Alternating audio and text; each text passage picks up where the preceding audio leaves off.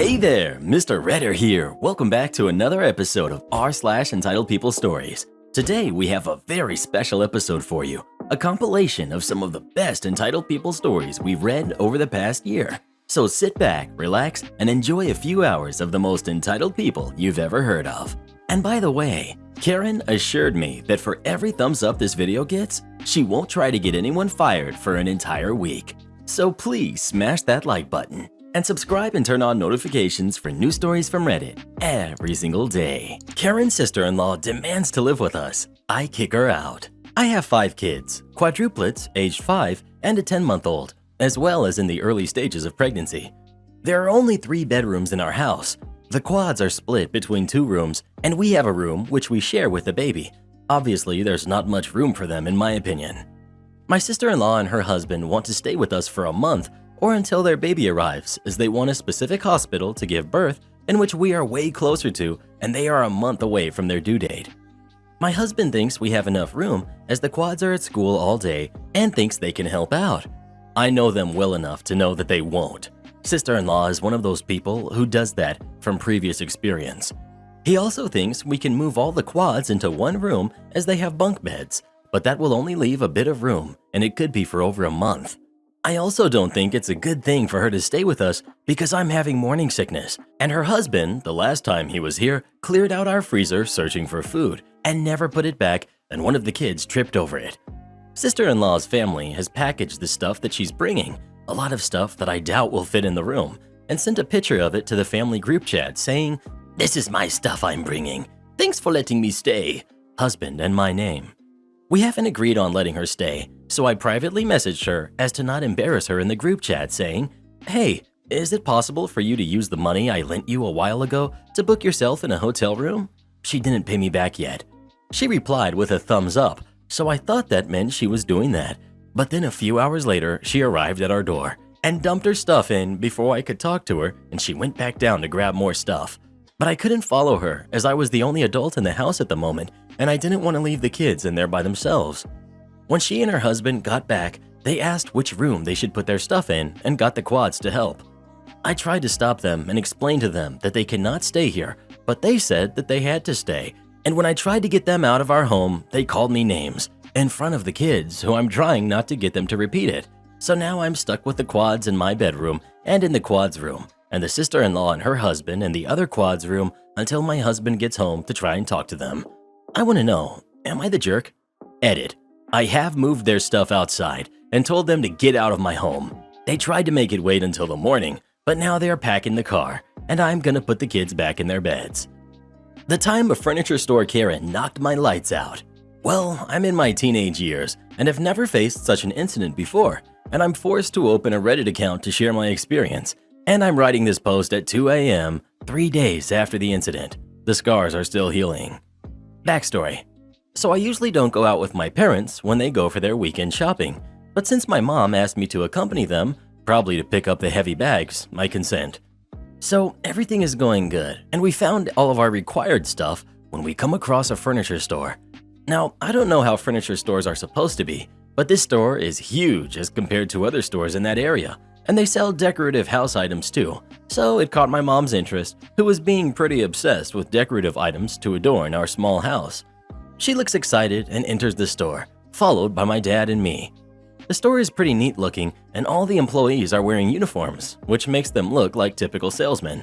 One of them approaches my parents and offers to help them, and they follow him, asking me to find a seat and not cause any problems, an appropriate thing to tell a 17-year-old teenager. So I just find a seat near the counter to keep the stuff I was holding and request one of the employees who was sitting there to keep an eye on them. He asks me not to worry and to have a look around. I casually just walk around and then go to the glass objects section. Now, I am pretty anxious and uncomfortable around any glass objects or any small fragile objects, but I still enjoy looking at them from a safe distance.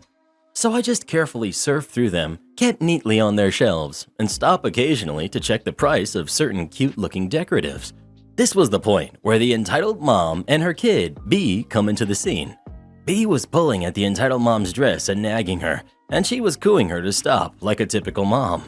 The kid was probably around 6 years old and was really hyperactive, not something to be in the glass section, and her mom was not trying to do anything to stop her. Now the point comes when the kid B suddenly spreads his hands and starts spinning around, and his mom doesn't even bat an eye towards him and scans the section opposite to the one I was surfing. The kid, then getting no attention, gets a really dumb idea and suddenly starts running towards me. Now, I don't know why he ran towards me intentionally or if it was by chance, but he was really dizzy, and while he was running, he stumbles on his own legs and comes crashing towards a small show stand, which was near me, and it topples over, breaking around $2,000 worth of items. Those glass items were handcrafted, and so generally they cost a lot. Now this stand was really near me, and when it fell down, I backed off and gasped with shock. The kid was sitting on the ground, dazed but unhurt, and starts wailing for his mom. Now his mom was already rushing towards him when he fell, and had a scared yet furious look on her face. She comes and sits down beside him and calms him down. This also attracted the employees and my parents and some customers at the shop who form a circle around us. Now, as I was going back to my parents, not wanting to get involved in this, she calls me. Entitled Mom. "What the heck were you doing here?" She yells. Like, what was I supposed to even do there? Me, going through stuff here? "Are you blind? Couldn't you have stopped him? Don't you have a basic sense to look after a kid? He could have been hurt badly." Now, I was flabbergasted.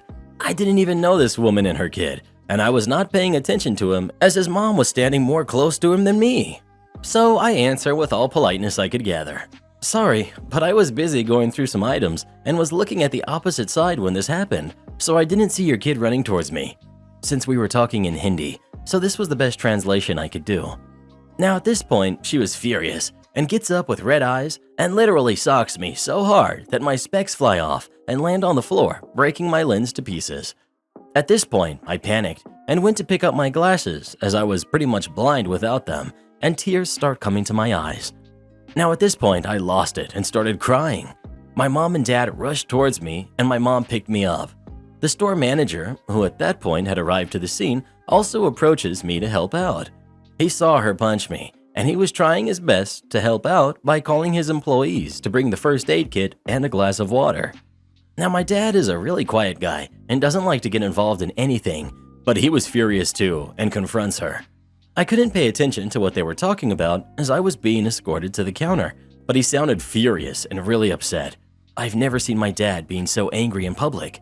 He's backed up by another man in his 40s who was watching the kid spinning and rushing around the store too. He was also furious at the lady for hitting me so badly. Now, the lady was acting all innocent and sad and was talking about how the kid got ADHD and it wasn't his fault for rushing around the store. And she hit me because she was stressed and scared and didn't know what to do. The store security also arrived at the place, along with security footage, which was shown to the people on an iPad. This made all the people there infuriated at the lady for hitting me without any reason and started screaming at her while she looked at the floor with shame and tearful eyes. One even called the police, but my dad stopped him and asked him to calm down. My dad doesn't like to get police involved unnecessarily as he finds the legal proceedings tiring and time-consuming. The security then picks the woman up and takes her to the ground floor, while another employee called her husband on the store speakers. A female employee carries the kid and tries to calm him. I didn't hear much after that as the pain was numbing, but fortunately, I didn't need stitches. As it turns out, the lady's ring had cut through my cheek and had gotten one of my teeth, which had become loose. My mom was upset and wanted to call the police, but my dad seemed to make her understand the futility of it, and the manager also convinced her that they will take appropriate actions to punish the woman without getting the police involved. The woman was fined $2,800 for the losses and trouble she caused and was banned from the store in front of every customer in the store. They also took us to the hospital to get my wounds checked and gave us around $275 check for our troubles and our support in this case. The incident was enough to not go to any furniture store again soon. My mom and dad also were feeling guilty that they took me out with them and were trying to make it up to me by taking me to a restaurant and were trying to avoid the topic of the incident until this day and are acting good enough to make me cringe. Don't want a woman working on your car? Okay, have fun waiting. Many years ago, I worked at a car dealership. The attached service garage was small and I was the only licensed mechanic. I would occasionally have issues with male customers. They would second guess my diagnoses, watch me while I work on their cars from the bay door, double check my work in the parking lot, etc. I didn't deal with customers directly and would often get my apprentice to pull cars in and out of the shop for me. This morning in particular, we were busy. The lot jockey and apprentice were occupied helping wash cars for delivery and driving to a customer's house. The service advisor left a work order and keys at the parts counter, and I went out the front through the service door to get to the car. It was in for a service campaign, which was an update done with a scan tool. It takes about 10 minutes. The customer was planning on waiting and was sitting in service. When he saw me with his keys in my hand, he immediately stood up, alarmed.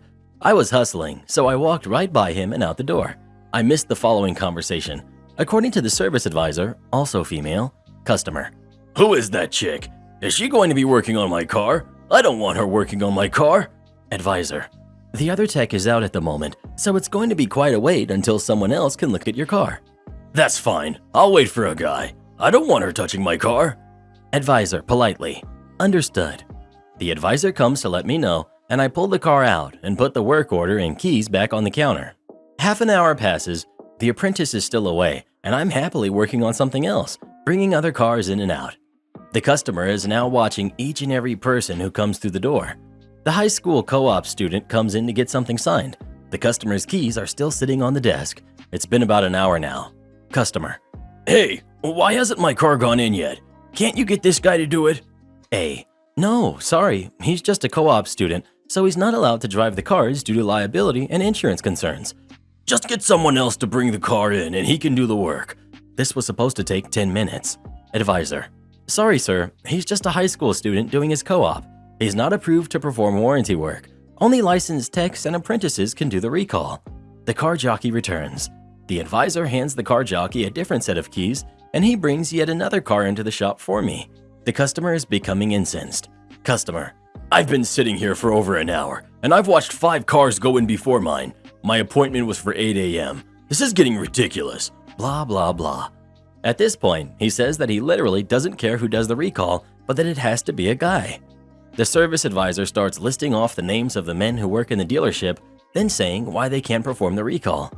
Well, there's Harmon, but he's just the car jockey. He doesn't know how to work on cars. Then there's Jeet, but he's about 17. I wouldn't want him doing the recall personally. I guess we could ask Mike, but Mike is the parts guy. He doesn't know how to use the scan tool. The detailers are men, but they know nothing about cars. The customer is fuming at this point and demands to talk to the service manager. The manager comes out of his office and guides the customer into the garage. He's pretty old school, lights up a cigarette, standing at the end of my bay, and points at me. "That's my best technician. Those guys take orders from her. You can either wait for her to finish what she's working on, and then you can ask if she's still willing to do your work, or you can take your car somewhere else." The guy was pretty shook up at this point, and he took his car and left. 2 hours after he had first arrived. I don't think we ever saw him again, which was not much of a loss, all things considered. The manager in particular always stuck up for me and took my side. The service advisor has this very deadpan sense of humor. She knew full well it would easily be an hour before the apprentice would return from his errand and that no one else could do the recall. This was not the first jerk we had encountered. Yes, checking in at 11 p.m. is just like checking in at midnight. Ring, ring, ring, front desk phone. I'm literally about 5 minutes into my audit shift. I haven't even grabbed a cup of coffee yet, so I pick up and get the delightful, "Do you have any rooms?" Lucky for them, I do. It's my last room, a king standard. I do the routine, tell them the rate, and... "So, if I come in now, what is my checkout time?" Me. "Checkout is 11 a.m. "Why?" Me. "I'm sorry, but why what?" "Why is checkout 11 in the morning when I'm coming in at 11 at night?" Me. "That's just standard checkout policy. I usually offer a noon checkout to later arrivals, but I don't have any available tonight due to a large group coming tomorrow." They then hung up, so I go around doing my thing, wasting time until something interesting happens. Around 12:30, I'm about to lock the main doors as a guest walks through. Guest. "Hey, I'm checking in." Me. "Okay, I'll take care of you in a couple of seconds here." I finish locking the door and head up to the desk. "What was the name of your booking?" "Grungy McEntitlement." Me. "Weird, I don't see a booking for you. Do you have a confirmation number?" We do this for a few minutes until they're finally able to find it. Well, that explains it. It's for tomorrow. I apologize and let them know their booking is for tomorrow. Before I could finish, they cut me off. "I know. Some idiot told me I'd have to check out at 11 if I came in last night, so I booked it for today. Me. Oh, heck no. Well, that idiot was me. So here's what I can do for you. I can check you in now, but you'll be charged with 2 nights. Or I can change your arrival date for today, and you can stay the night and check out at 11. That doesn't make sense. You told me if I came last night, I had to leave at 11. Now it's the next day, and you want to charge me for 2 days? Me. Yes, that is because you're checking in 15 hours before our check-in time for today. So I have to charge you for the extra night. What the heck? Check me in, and I'll deal with your manager in the morning. As they take a big old wad of cash out. Me. We don't accept cash for room payments on check-in. You have to have a credit or debit card.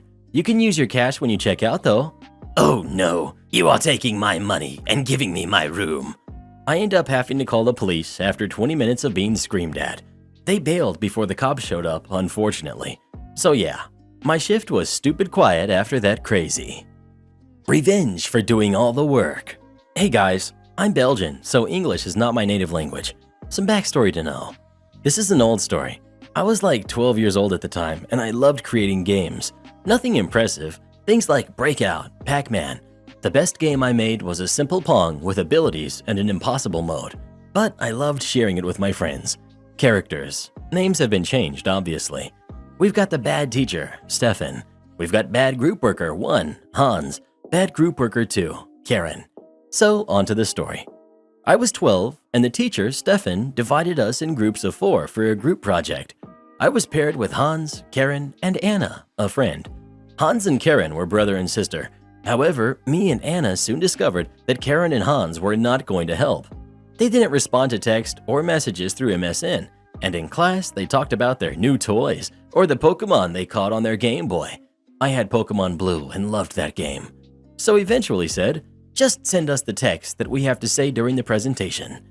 Hindsight being what it is, I did wait too long to complain to the teacher. I waited 2 weeks to talk to Mr. Stefan. Me and Anna both complained that Hans and Karen were not doing anything and that we would like to present as a duo instead.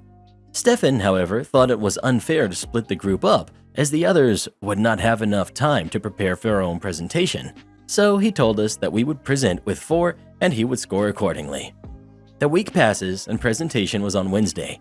We present our project and did pretty well. We gave them the simplest lines to say, and that was that. On Friday, we receive our points. Points were given after every presentation was given. And strangely, me and Anna received a 7 out of 10, and Hans and Karen received an 8. Oh, did I mention that Mr. Stefan was good friends with both Hans and Karen's parents? When we asked for clarification, we were told that Hans and Karen complained we deliberately gave them the easy and less important part to present, and because they worked equally on the project, they deserved a higher grade. This upset me. Immediately, I thought of going and complaining. Perhaps my parents would be able to do something, or should I go straight to the school director? But then a light popped off in my head. They loved my previous game. Nothing much, just a maze game, and my next game was almost finished. Remember the Pong I talked about in the backstory? So I finished creating my game and created a separate game for Hans and Karen. In their games, I put an extra piece of code that simply created a file called stupidfile.txt in their app data folder. The file was 1 kilobyte big, but it kept being created so long as the game was running, so you wouldn't have stupidfile1.txt, stupidfile2.txt, etc. I didn't expect this, but the game was a hit. There was an impossible mode that I created where the NPC was always able to dodge abilities and hit the ball. It was meant as a joke, but my friends would time how long they were able to survive against impossible mode. This included Hans and Karen, who to be fair were not bad at it. Now for the result everyone had been waiting for. We had to do a presentation about historic events outside Europe. To make it so that there would not be twice the same presentation, we could choose between several subjects given by the teacher. Not Mr. Stefan, he taught French. Hans chose the American Civil War, Karen the Russian Revolution, and I chose the Warring States period of Japan. Hans and Karen were, however, already complaining that their PC was getting slow and it was a new one. Strangely enough, their drive was getting full fast. Any guesses why? But we all started on our assignment. Time comes for the presentations, and I see both Hans and Karen sweating bullets. First day passes, and the teacher calls out Hans and Karen to present.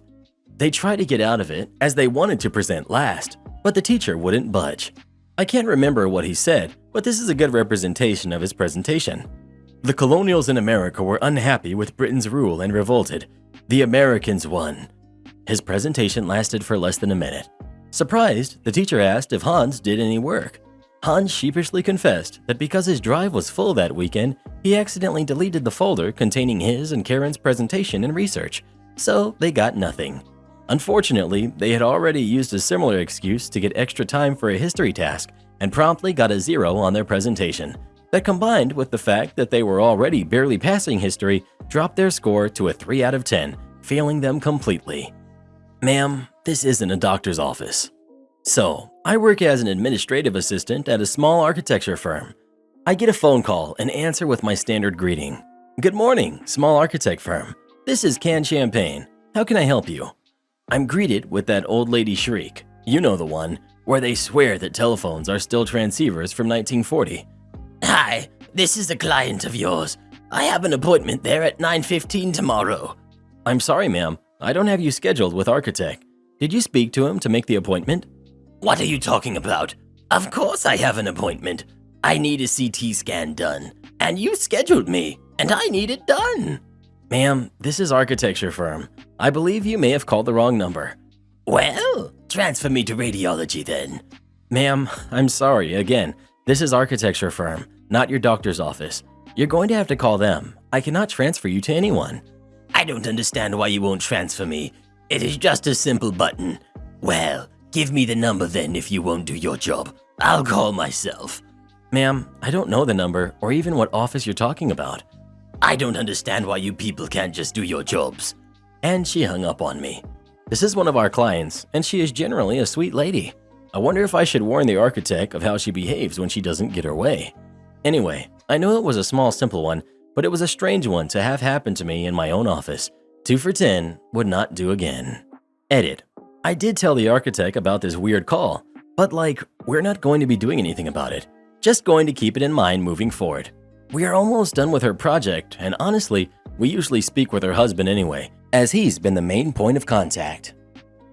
I'm giving you useless information? Okay, enjoy your green hair. I used to sell pool and hot tub chemicals. A part of the job is testing customers' pool and hot tub water to see what chemicals they needed. If you don't take care of your pool or check it often, you need a lot of chemicals to fix the mess you've made, particularly if you use chlorine pucks. They generally have such a low pH level that it burns away at your heater coil and causes you to have copper in your water. Well, a couple years ago, a customer came up to me to test their pool water. It was a complete mess and it had a bunch of copper in it. This isn't the exact conversation because it was a while ago, but this was the main point. Me. Yeah, the main issue is your pH is so low, it's making your chlorine less effective, and you have copper in your water. Customer. Yeah, just get me the stuff I need to fix it. I go and grab all the chemicals he needs and put it on the counter. Customer. How much is all of this going to cost? Me. Around $250. I'm not paying that much. Is all of this really necessary? Me. Yes, you won't be able to hold chlorine, and you need to get the copper out. If you oxidize copper with a shock, it's going to stain parts of your pool and can even tint your hair green if you have recently dyed blonde hair. Customer. My daughter is having a pool party next weekend, and I just want the pool to have chlorine for them. Me. Yes, and you need all of this to make sure you're good to go. Customer. Can you just put everything away and only give me the chlorine? Me. Fine. I'm not going to argue. I don't work on commission. Fast forward a couple days, and the customer's wife comes in. It was subtle, but you could tell her hair had a funny tint to it. She asked for all of the chemicals that I recommended to her husband, and she paid with zero hesitation. The husband never came in again, and his wife took care of the pool from that moment forward. The next time the wife came in, it looked like her hair had been dyed the original blonde color she used to have. Cousin wants grandma's house for free. My grandma is a wonderful woman and has helped out many of her grandkids over the years. When I was little, one cousin lived with her as my aunt went through a nasty divorce so that my cousin would have a safe and supportive place to live. Another aunt had her husband leave her and needed to work full-time, so some other cousins stayed with her after school for years until my aunt got off of work. My own family lived with my grandparents for a year when my dad had lost his job, and I lived with my grandma for a few months with my wife and new daughter after college until I got a real job. Some cousins have misused my grandma's generosity over the years, but she wasn't afraid to stand up at a point and say enough is enough. You've had enough time to get your feet under you and get out on your own. One cousin wanted to leave her small town for better opportunities, and Grandma lived on the edge of a large urban area and let my cousin stay with her while searching for a good job. She found part-time work and seemed to enjoy having her own money and helped Grandma around the house to get to the store because Grandma didn't like to drive anymore, go to the doctor, fixed a few things around the house, etc. She really was helping, but didn't keep growing, finding more work or getting school or training to make it on her own. Grandma's health has slowly been fading. She's in her 90s after all, and Grandma's children decided she was going to live with one of them until she needed either more care or passed, and at least one child can be there with her when that happens. To help pay for the possible specialty care, they are going to sell Grandma's house. Cousin is upset. She's been saying things like, "You can't take away my house," and "You're throwing me on the street."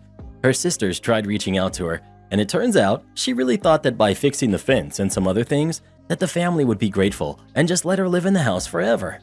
The rest of the cousins are thinking, what makes you so special to get a 4-bedroom house all to yourself, and the rest of us get what for an inheritance? Now, I don't expect anything from my grandparents' will. I'm just upset that my cousin thinks she gets the whole house for nothing. My grandparents' will says to sell the house and split the money between the kids. I also want to say that my dad and aunts gave her about 4 months' notice that she will need to move, and are happy to let her take anything she needs to make her own house, kitchenwares, a bed, linens, etc. One aunt is even willing to help with the cost of the security deposit, but my cousin isn't packing. Family is now talking about changing the locks while cousin is at work if she hasn't left by next month. A guy at my hotel fell for the obvious Mr. Patel scam. If you don't know the scam, someone with a thick accent calls the hotel and claims to be the owner, Mr. Patel. He then says he ordered some laundry supplies or whatever that are about to be delivered, but something is wrong with his card and the clerk has to pay money to pay for the lost package. I work the audit and have gotten the call many times. Sometimes when it's slow and I'm bored, I play along. Once I even asked the guy if anyone ever falls for such an obvious scam because it's so ridiculous. Well, apparently they do. Because a guy at my hotel fell for this scam yesterday. He emptied out the cash drawer, $200, then left the hotel for about an hour while he went to an ATM and took out $500 of his own money, and then sent $700 via Bitcoin to the owner, Mr. Patel. The hotel is only out $200, but the bigger issue is that he completely left the hotel unattended for about an hour from 6:15 p.m. to 7:15 p.m. Our GM found out because a guest, who the clerk walked past as he was leaving the hotel to go to his car, went to our back office after waiting for a long time and found an employee phone list and just started calling people because there was nobody at the hotel. Here's the crazy thing. The guy who fell for this scam is pretty new and constantly calls the manager at home for the most ridiculous things, like, "There's a guest wanting to check in, but they aren't old enough. What do I do?" Or, "I'm supposed to lock the pool at 10 p.m., but there are people who are still swimming. What should I do?" But he didn't think to call her about taking all the money out of the drawer and leaving the property completely unattended for over an hour. Also, the owner is very hands-on, and the clerk just saw him a couple of hours before this all went down. It's just mind-blowing that someone can be so stupid to fall for such an obvious scam. He's off for a couple of days, and they haven't decided if they're going to get rid of him or not. Not for losing money, that's insignificant, but for leaving the hotel completely unattended. I watched it on camera that night, and at one point there were 6 people waiting in the lobby to check in, with a couple of them going behind the desk and into the back office looking for the desk clerk. I think the fact that he's $500 out of his own money is punishment enough, and I can pretty much guarantee he won't fall for that again. But I'm not a decision maker. The GM wasn't very happy about being called on her cell phone by a guest who got her number from the emergency contact list in the back office. Am I the jerk for telling my mother that my husband is not her replacement son? My parents have 2 kids, me, female 26, and my brother Dan, male 34. Dan had a rough time growing up, and frankly, my parents failed him. As a teenager, he struggled with severe addiction and mental illness, and they did almost nothing to help him. By the time he was done with college, he had completely cut off my parents. To this day, Dan and my parents are still estranged. I, on the other hand, still speak to my brother regularly. My parents, especially my mom, take every chance they can to mourn the loss of their son and act as though my brother wronged them by leaving. Dan has told me he wouldn't mind reconnecting with them, but only if they reach out and apologize first. I've encouraged my parents to do this, but they insist that he betrayed them. I got married early last year to my husband, Jeff. We have a happy marriage, and he is adored by all my friends and family. But I feel like my parents have been crossing some boundaries. For example, whenever we've gone to visit them, they insist that he sleep in Dan's room, saying that their son, my husband, has come home and should sleep in his rightful bedroom. Before the lockdown, my dad would take Jeff out to sporting events and introduce him as his only son. Most of the pictures of my brother in my childhood room have been replaced by pictures of my parents with Jeff. The other day, my mom called to invite me and Jeff over for the holidays. I told her I wasn't comfortable traveling during what's going on. She was irritated but dropped it. Then she called Jeff and begged him to visit without me because apparently, it's cruel for a mother to be without her kid on Christmas. Jeff politely told her he wasn't going to visit without me. She's been emotionally blackmailing him ever since, sending him pictures of stockings with his, my mom's, and my dad's name on them and saying, "But we already promised so-and-so that our son will be in town." This felt ridiculous and unsettling, so I called her up yesterday and explained to her that she's violating our boundaries. Jeff is not her replacement son, and no matter how much she pretends she doesn't have an actual son, she does, and it's her responsibility to make up for the damage she did to that relationship before it's too late. She started crying and called me cruel for mentioning Dan and said I have no idea what it's like to be a mother, and it's disgusting that I'm trying to deprive her of a son when she has already lost one by keeping Jeff away from her. My father agrees with my mother and Jeff agrees with me, though he doesn't like to rock the boat and thinks I should apologize anyway. I thought I did the right thing, but now I'm really not sure if I went too far. Am I the jerk? Car thief gets caught in the act, leaves her phone with tons of evidence. This is something that happened in my hometown. A week or two ago, someone, let's call him Joe, caught someone else, the thief, breaking into his car. Thief got so startled that when they took off, they left their belongings there, including their phone, which had no security on it. Well, because everything goes through your phone now, Joe was able to take over the thief's Facebook account and put them on blast. Joe has been posting all the screenshots of messages he finds incriminating thief in a series of crimes. Joe's posts have helped link the thief to storage unit break-ins, car thefts, catalytic converter theft, home break-ins, shoplifting, and worse. Videos of her breaking into storage units, messages about selling stolen property. There's even screenshots of search history including how to hotwire a car, easiest car to steal, etc. Edit. Joe tried to give the phone with evidence to the police, but they declined, so he took it upon himself to do their work for them. Security thinks I am his relief. I work for a pretty large security company that has a contract with the absolute biggest employer in the city. This is where I work for. I also live in a security-protected apartment complex. Plot twist, it is protected by the same company I work for. My apartment was right next to the clubhouse. This is where security parked. Some background information. The company as a whole uses tan shirts for supervisors and white shirts for the officers, but the specific contract for this employer dictated that supervisors wore white shirts and officers wore blue. I am a supervisor. To top it off, my apartment complex is only a 5-minute drive, 15-minute walk from where I work. On this particular day, I had just gotten off at 8 a.m. from a 12-hour shift and had exactly 8 hours before I had to be back at work for another 12-hour shift. I also had to deal with an employee of the company I protect trying to fistfight and punching me in the face just 20 minutes before my shift ended. So I was already on edge. I pulled my car up to the front of my apartment and, being the friendly introvert I am, waved to the security guard who was looking directly at me and then went towards my front door. As I was moving through the big keyring to get my key out, my shoulder is grabbed and I'm violently turned around. Still haven't been able to settle down from the incident at work.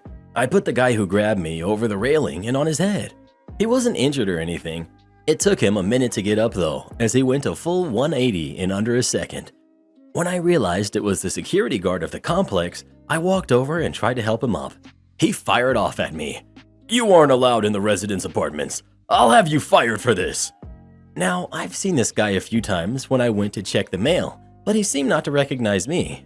I can fully understand. I see 500 people walk in and out where I work, and I've never bothered learning names unless, 1, I work with you every day, 2, you are a big shot who actually can fire me that instant, and 3, you cause trouble frequently. Needless to say, I can understand the lack of recognition. I don't work here. I live here." "BS!" he immediately responded once he got back on his feet. "I know our uniform. You're the new guy that's supposed to be relieving me." He grabbed my arm and tried to show me where the car was. "Remove your hand from my arm, or I will remove it from yours." I was already done and looking at 6 hours of sleep, still in fight mode. I would have apologized later for this line, but spoilers. He's already on the radio calling in his supervisor to come deal with me. An hour later, the property manager is coming in to open the clubhouse. She stops, smiles, and waves and comes over. "Hi, didn't think you would be out at this time." The property manager and I were pretty cool with each other. I'm skilled enough to make most repairs myself and am never late with rent, and once I ran out to the pool to perform CPR for a resident. She also knew from the inspection yesterday that I was going to be pulling a messed up 12 on, 8 off, 12 on couple days. Before I can explain anything, the other guard butted in. "He was trying to go into a resident's apartment. I got my supervisor on the way. He won't be doing it again here." Ladies and gentlemen, I turned him upside down. The property manager, a nice sweet older lady, was about to turn this idiot inside out. Before she could say anything, the officer supervisor drove up and asked what was going on. She cut the officer off and told him, "This fool is holding one of our residents hostage outside his apartment. I want him out of this complex 5 minutes ago, and he will not be coming back here ever." The supervisor just gave the officer a dismissive thumb back motion. He had no leeway to argue. The contractee can always tell who's not allowed to go onto the site, even our own employees. Yeah, he was fired on the spot. And this is not the end, folks. Remember how I said we worked for the same company? The corporate big shots decided to rehire him and send him to the largest employer they guard and give him a second shot. He arrived for an interview at my facility where I had hiring power. The interview went all of 3 questions. 1. Are you going to keep anyone out that is supposed to be in here? 2. Are you going to ask for credentials for anyone you don't know trying to enter? 3. Are you going to grab anyone? He said no, and I accepted him to the facility. He's been working here a year now and is one of my best access control officers on site, even to the point someone claimed he let someone in that wasn't authorized, and I laughed instantly. Am I the jerk for telling Karen's boss the reason why she was ostracized at the company? This story actually takes place over multiple years. A little background. I work in corporate HR. My company has a very generous maternity leave policy. It gives you 26 paid weeks off, plus gives you the option of taking a month or so more if you have extra sick or personal leave left. Or else you can take unpaid leave for the same time. So part of my responsibilities is to make recommendations for selecting employees for specific projects. So a couple of years ago, there was a huge project that needed a team to be created for it. Being part of a project like this would normally establish your career in this industry. You could basically decide your own career path on the back of the reputation you get based on a project like this.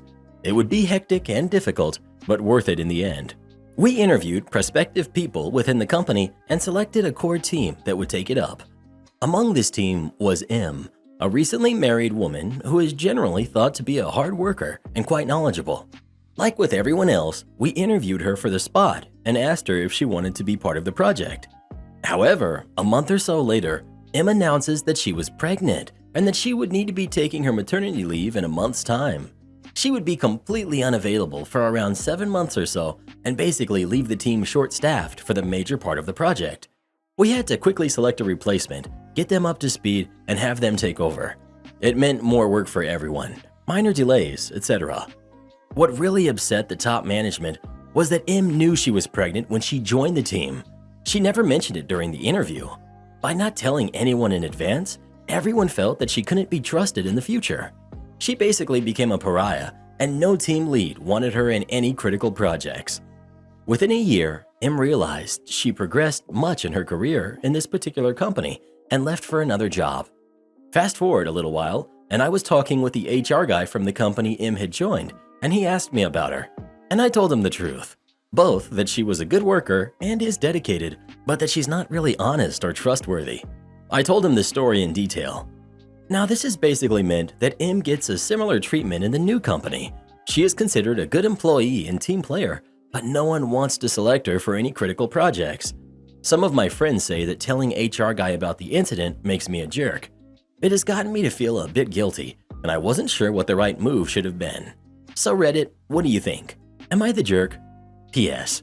Feel free to ask for more information if you need it, but no details of the industry or company, for security and privacy reasons. 1. Just to be clear, Em knew she was pregnant when she was being considered for the project. She wanted to be in the project, so didn't disclose it. Her team had to stretch themselves thin to make it up. Our company, as a general rule, has no issues with people taking time off for pregnancy, even beyond the policy-mandated time. The most I've come across is someone getting 15 months off. She came back to work and faced no repercussions. I should have mentioned this before, but HR guy was formally asking me about Em. It wasn't like I was talking about her at the pub. Edit 2. I don't know where people got the idea she was just a month into the pregnancy when she was interviewed. Just to clarify, she was pregnant long enough that she knew she wouldn't be completing the project. She didn't mention it because she wanted the project on her resume. Our company never punishes an employee for taking ML or in general any medical leave. But in this case, team leads did not want her on the team for high-profile projects after she returned because they didn't trust her to be forthright. Edit 3. I thought this would be obvious, but our source for Em's motivations were Em herself. She admitted all of it. Also, just to clarify, I didn't put a blanket statement of her trustworthiness. I explained the incident and explained that due to this, her coworkers all considered her untrustworthy. Never wearing a black shirt again. For some reason, I, 21 female, have always been confused to work at places wherever I go since I was like 12. Be it at supermarkets, malls, or parks, someone always comes to me thinking I work there. This particular day, everywhere I went, people came up thinking that I worked there. I work at the famous Green Apron coffee shop. Even though there isn't a set uniform, our dress code is typically a black t-shirt and some jeans. I just got off a 5 to 2 shift and was dead tired and annoyed with the customer interactions I had. Although all I wanted to do was to go home and sleep, I had errands to run and planned to do some shopping with my family. My first stop was to go grocery shopping with my mom as we were planning a family dinner for the weekend. I'm the shopper that goes to get what they want/need, while my mom is more of a browse shopper. So I was going back and forth from the cart to the different aisles to speed up the shopping process while my mom was browsing. I don't know where everything is at this supermarket, but I can read the signs and go from there. Since I kept coming back to my mom and dropping things off in our cart, this old lady that kept looking at me assumed I worked there. I would have helped any other day, but I didn't want to talk to anyone other than my mom, and I had my headphones on. As I was talking to my mom, the old lady asks me where something is. The interaction was in Spanish, so not everything could be translated word for word. Old lady: Girl, do you know where this item, can't remember what she asked for, is? I just quickly turned to her. Sorry, I don't work here, and continued speaking with my mom and asking what else she needed. I can't really blame the lady for thinking I worked there, given how I was asking my mom what she needed, but I wasn't wearing the green shirt and black apron the employees wear, and I had my headphones on. However, this lady was set on having me help her. I noticed the old lady watching me ever since me and my mom went inside the spices aisle, so I was able to see who was with her shopping. Since I didn't help her, the old lady sends her grown daughter to ask me a question. Once again, I say, sorry, don't work here.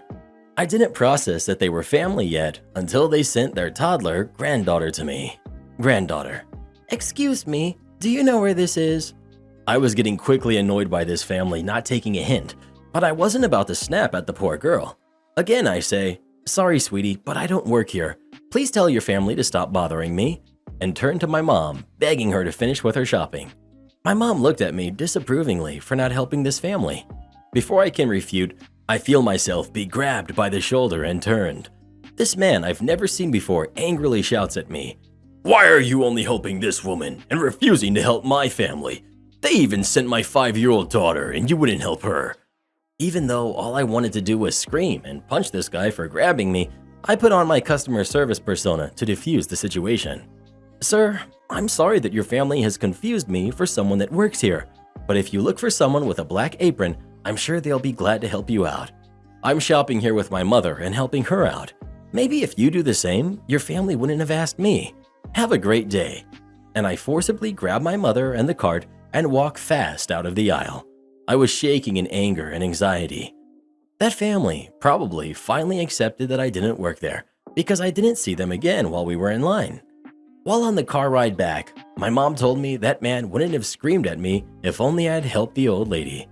I looked at my mom more in disbelief, but chose to ignore her and not say anything.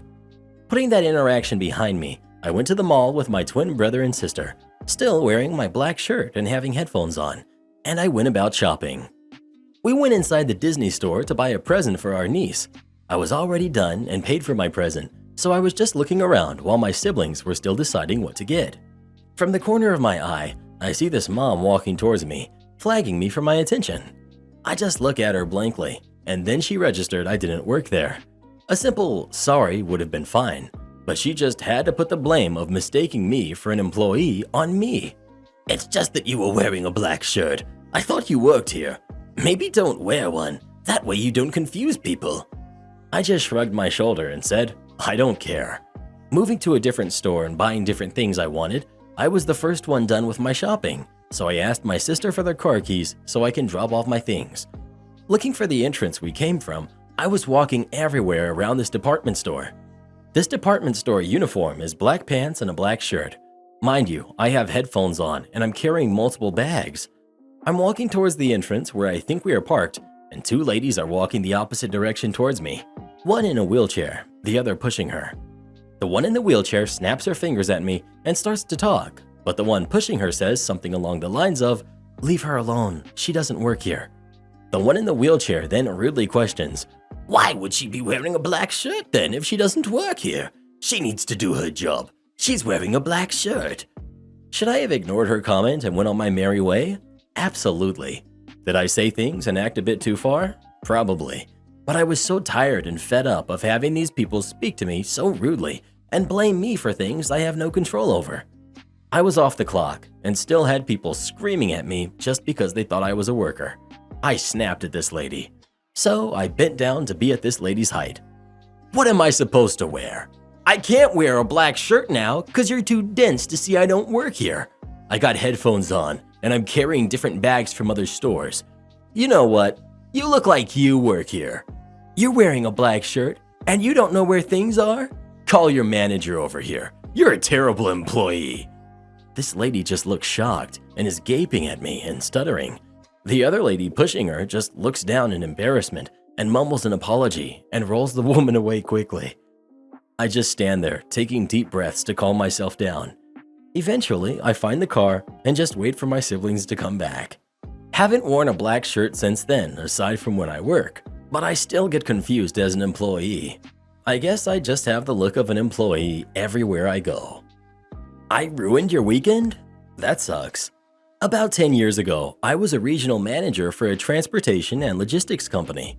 At the time, each regional office worked as a sort of independent company in that we had our own sales and accounting teams as well as compliance people like safety and a driver trainer. I'll start by admitting that I never fully got accounting. I took the class in college, but honestly it was still confusing. I'm not totally lost looking at the reports, but how they get there is Greek to me. I chalk it up to magic. Our accounting department was the largest office team with a whopping 3 people, the accounts manager and 2 clerks, one for accounts receivable and one for accounts payable. On the other teams were just 2 people. We also had maintenance and loading dock crews, but they weren't part of the office. Well, in their infinite wisdom, our corporate office decided that they were going to merge some regions as a cost-saving measure. To be fair, it did save some money, but it greatly increased our workload. I had all my departments submit a report on what they needed in order to meet the increased load. The loading dock manager actually had a brilliant plan that involved only hiring 1 new worker, promoting one to be an assistant manager, and putting them on rotating 50-hour weeks. It was cheaper than hiring a bunch of guys, and they all agreed to it. The maintenance shop wanted 2 more mechanics, but this isn't about them. The accounts manager asked me for 2 additional AR clerks. I was hesitant at first, but then I saw the amount of paperwork they had to process now, so I authorized it. The AR clerk's job was to take a paperwork packet the driver had for each delivery, would sort the papers in it, then enter data in a spreadsheet.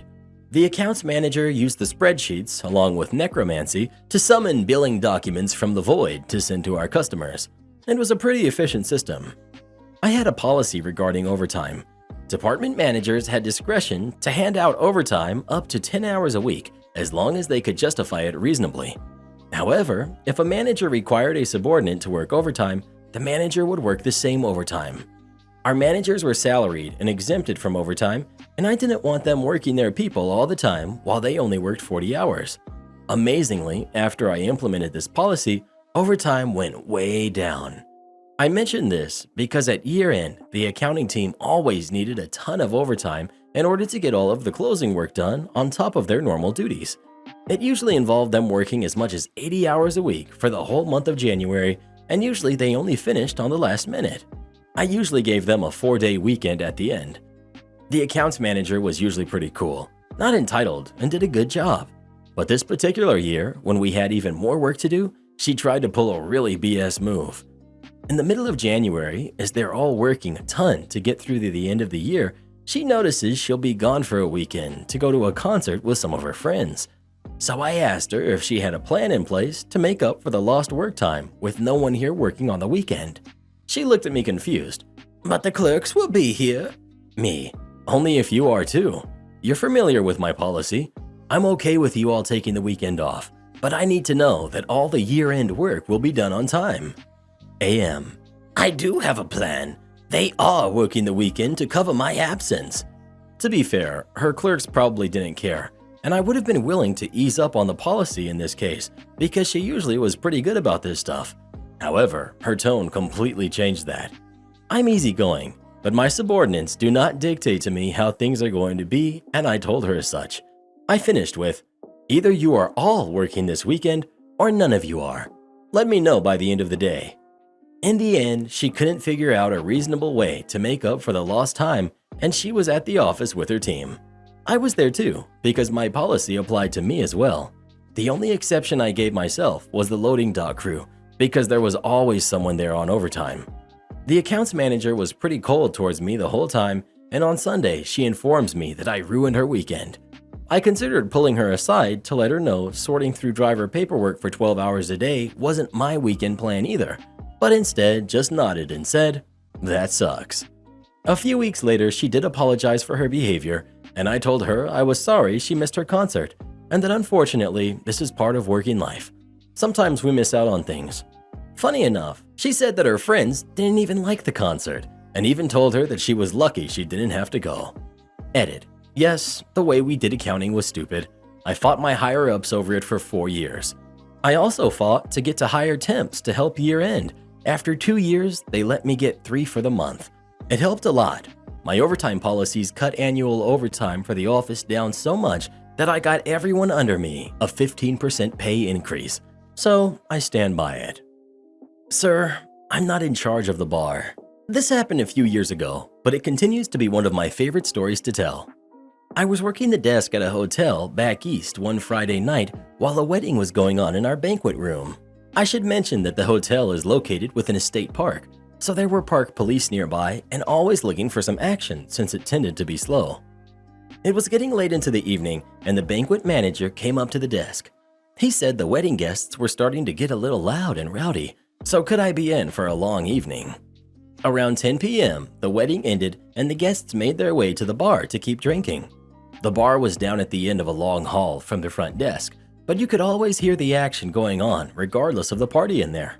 Despite the noise coming from the bar, there was one woman's voice that cut clear through the noise, and you could tell she had really been drinking. The woman's voice kept getting progressively louder until it was joined by a man's voice that was equally as loud but incredibly aggressive. I hear the door to the back office open, and one of the servers was dropping her cash and started giving me the breakdown.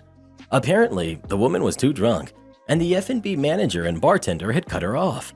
The husband had an absolute conniption about it, stating that they were staying at the hotel and demanded that she be served. I walk back out to the front desk, and the man is storming down the hallway in my direction. He shall be drunk moron, and I'll be me. The man, slurring heavily. "I demand to speak to a manager." Me. What seems to be the issue? "The bar cut my wife off, and I demand that they serve her." Me. I'm not sure what you'd like me to do about that, sir. I'm the front desk manager, and I'm in charge of the front desk. If the F&B manager and bartender have determined that your wife is too intoxicated to safely consume anymore, then that's that. I can't tell them to serve her, as that's not my department. Forget this place, and forget everybody that works here. This place is a dump, and I'm not paying to stay in this place. At this point, he stormed off, but not before leaving everyone in the lobby with their jaws on the floor. I hear him yelling at the bartender and F&B manager, so I call down to the bar to ask if they want me to call the police. Bartender says it's fine, and that he and his wife were grabbing their things and leaving. As they come down the hallway, he starts reaching into his coat pocket and makes it a point to grab his key cards and fling them at me aggressively. There's your keys. Me. Thank you, sir. I hope you enjoyed the wedding. I checked them out of their room, still charged them, and took a look at his profile. I noticed they live in a town about an hour away, so I reached over to the phone as I watched them walk to the parking lot. As soon as he got into his truck, I dialed the park police. Dispatch. Hey, what's up? Me. We had some drunk idiot raise heck at our bar, and now he's in his truck looking to drive home, it appears. Dispatch. Got it. Sending someone out right now. Let me know where he is. Me. He's just turning out of the parking lot, and he's heading towards the main drive. Dispatch. Shoot. I got someone on their way, but they might not get there in time. Me. Oh no, he'll get there.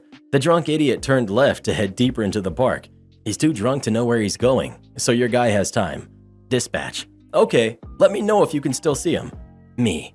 He just realized his mistake. He's making a U-turn and heading back. He just went through the four-way stop. Your guy just passed him. Dispatch. Turning him around. Stand by. The cop flipped a quick U-turn and hit him with the lights. As this is happening, an old lady comes up to the desk and asks if I've seen her son. She said she was helping the mother of the bride with some cleanup, and when she got to the bar, she heard her son had caused a scene. I was like, sorry ma'am, and then pointed to the cop car that had pulled his truck over. She gave a, not again, type of look and just walked off. Not every day you get an idiot arrested and probably save a life. Am I the jerk for losing my temper at my sister-in-law after she ruined the meal I made? My sister-in-law, Ashley, is, for a lack of a nicer word, obnoxious. She constantly does whatever she wants, even when you ask her not to. She thinks she's right above everyone else, even when she's dead wrong. And she's just got this very stereotypical baby sister attitude where she acts like she can do whatever she wants and nobody is allowed to be mad at her because she's the baby.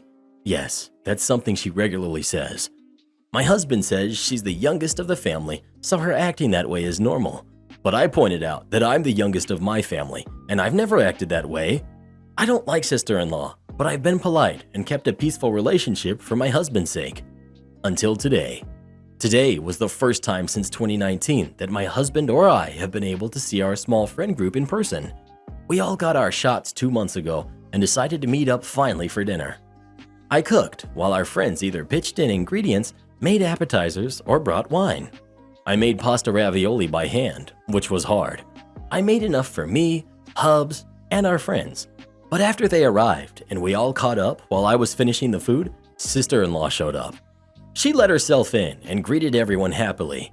They know her and said hi, but I subtly asked husband what she was doing here. Turns out he had mentioned the gathering to her, and he guessed she assumed she was invited.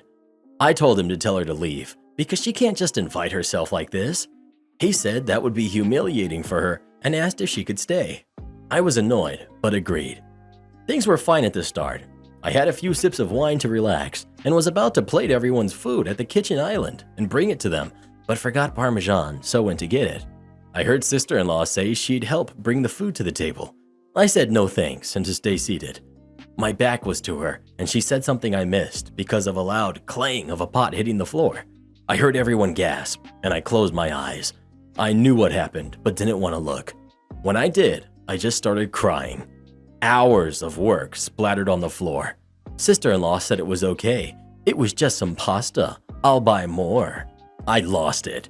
I called her a stupid jerk that ruined the entire dinner because she refuses to listen. She started boo-hooing, and I told her to shut up and leave. She ran out crying, and I sat down to cry too. Our friends consoled me, and husband tried to say that I went too far, but our friends told him he was a jerk and sister-in-law was in the wrong. They helped clean, and we ordered pizza. But after they left, husband and I were flooded with calls from his family saying I was a horrible spoiled brat who made their baby cry over some stupid food. Now I'm just crying and feeling like garbage. Did I go too far? I don't usually get so angry. Am I the jerk? Edit. Husband said he understands I'm upset. The food was wasted, but he doesn't think my outburst was warranted and was actually kind of extreme.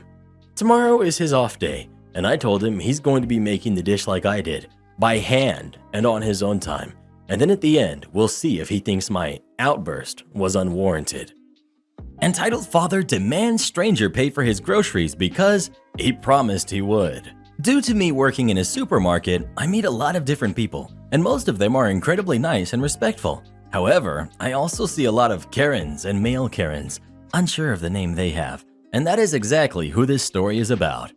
It was midweek and I was working the tills when a man, entitled Dad, and his son approached and began loading on their shopping, and they had a lot of shopping.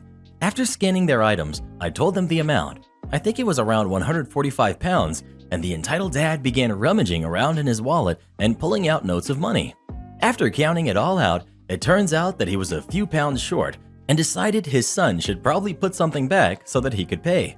The kid was upset and reluctantly obliged. However, the guy who was standing behind them at the till spoke up. "I can get that for you," he said, obviously talking to the kid and not the dad. The kid smiled, and before he could say anything, the entitled dad went, "Thank you so much. It comes to this amount." And he threw his son's items on the trolley and moved away to let the man come forwards. The other guy then said, "I was talking about your kid's stuff. I'll buy that. I'm not paying for your shopping. I can't afford to." Entitled dad, "But you just said you would pay." Man, "Yeah, but I meant for your kid's stuff, not yours." Entitled dad, "Well, you can't just make empty promises. You have to pay for it now." He then looked at me. "That's how it works, right? He has to pay because he promised he would." Me, "He doesn't have to pay for anything that you buy, unfortunately."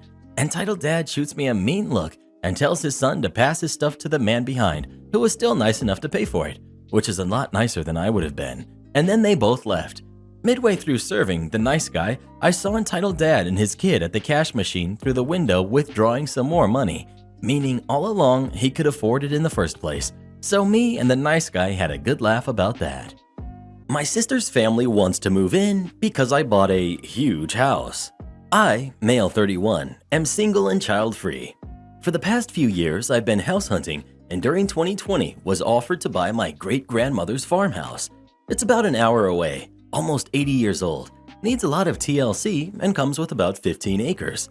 Originally, I declined, but my grandma offered it as a steal to keep it in the family. The price was worth the land alone, and I loved the idea of restoring it, so I said yes. The house has 6 bedrooms, which sounds like a lot, but they're actually very small. The plan is to turn 4 rooms into 2 rooms and a bath. 1 room kept as the master, and the 6th room is actually the dining area that will become part of the living area. The one great thing is the kitchen is huge, and it has an outdoor extension like a mud room. I've recently started construction on the rooms and have gotten some odd reactions from my family.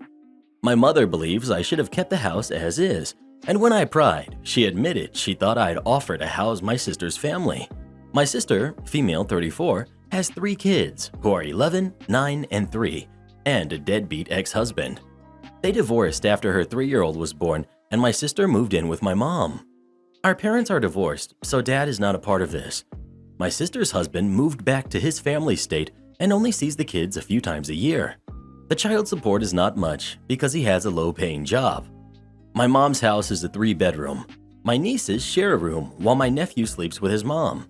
My sister has a job and could rent her own apartment but wants to save up money instead. My cousin's son, male 15, has started staying as well and sleeps on the couch. His family life is not all that great right now. The house is cramped, but my mother refuses to ask her to leave. They have started making passive-aggressive comments about me being single and alone in such a huge house. When I asked my sister, she also admitted that she expected to at least be offered to live with me. I told her it's an hour away from her job and school. Why would she want to? She then said that she would make the drive to work and change the kids' schools. I told her I won't have the space, and now it has become a fight. My sister got my great-grandma involved, and now my grandma told me that I should let them live with me because the house is family property. Now, even my 15-year-old cousin is asking about staying with me. What would you do in this situation? Would you let them live with you or not? Please let us know. It would depend on if I liked them or not. My dad asks to borrow my car, then sells it. This was a long time ago. I hardly have any contact with that part of the family anymore, but I do still talk to my dad once in a while. My dad needed a car for a while, so I loaned him mine.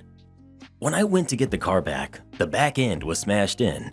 My dad tells me how he was at a red light and the car was rear-ended. Of course, I asked the normal questions about fault and insurance and everything else. He tells me the other guy's insurance company sent him a check for the damages, but it wasn't enough to cover the repairs. A lie. So he didn't have the car repaired. Instead, he spent the money. My dad and I have the same first and last name, but a different middle name, so it's easy to see how he could claim the car was his and have the check written to him. When I told my dad that he should have just let me know about the accident and let me handle the claim, he said, "Why should you get anything? You weren't in an accident, I was." We had an argument about this, but none of my dad's argument was even anywhere close to being valid. He also just wasn't hearing any of what I had to say. I asked my dad to leave the car at his house for a few days and said I would arrange to have it picked up and repaired. A couple of days later, I went to his house, but I didn't see the car, so I thought he wasn't home. When I knocked, he answered. My younger brother was also there, which was surprising because he was supposed to be away at college, which I was helping pay for, but that's another story. I told my dad I was there to pick up the car. He says that was impossible because he sold it. I asked him why he did that, and he says, "You seemed so upset about the damage. I figured you just want me to go ahead and sell it, so you didn't have to deal with it anymore." I was making payments on the car and asked my dad how he could have sold it without the title. He told me he just had the guy fill out a lost title form or something like that. I don't even know the details on it. I told him that I thought that was going to be a problem when the guy tries to register the car and finds out that there's a lien on the car. My dad says, "That's the buyer's problem, not mine." When I asked him how much he got for it, he told me he got $3,000. Even with the damage, it was worth closer to $7,000, but definitely no less than $5,000. I asked my dad for the money. He told me he had already spent it. Then he goes into this rant about how many bills he has and how he's even paying for my brother's college. Not true. Plus, my brother was sitting right there. He had dropped out, but didn't even tell me, even though he kept cashing the checks that I sent. I had very little contact with my parents after that, and I think I only actually saw them one time since then, which was around the time I got married, but not at the wedding because they refused to go. None of this was all that surprising though. I never should have even loaned the car to my dad in the first place. I got fired from a job I don't work at. I work for Nabisco as a sales service representative. I go from store to store to whatever region I'm assigned to for that day. I spend usually between 2 and 6 hours in each store depending on the amount of product in the shipment. Today, I was doing my normal Walmart service and something I never could have imagined happened. I'm required to wear pants and a collared shirt for my position.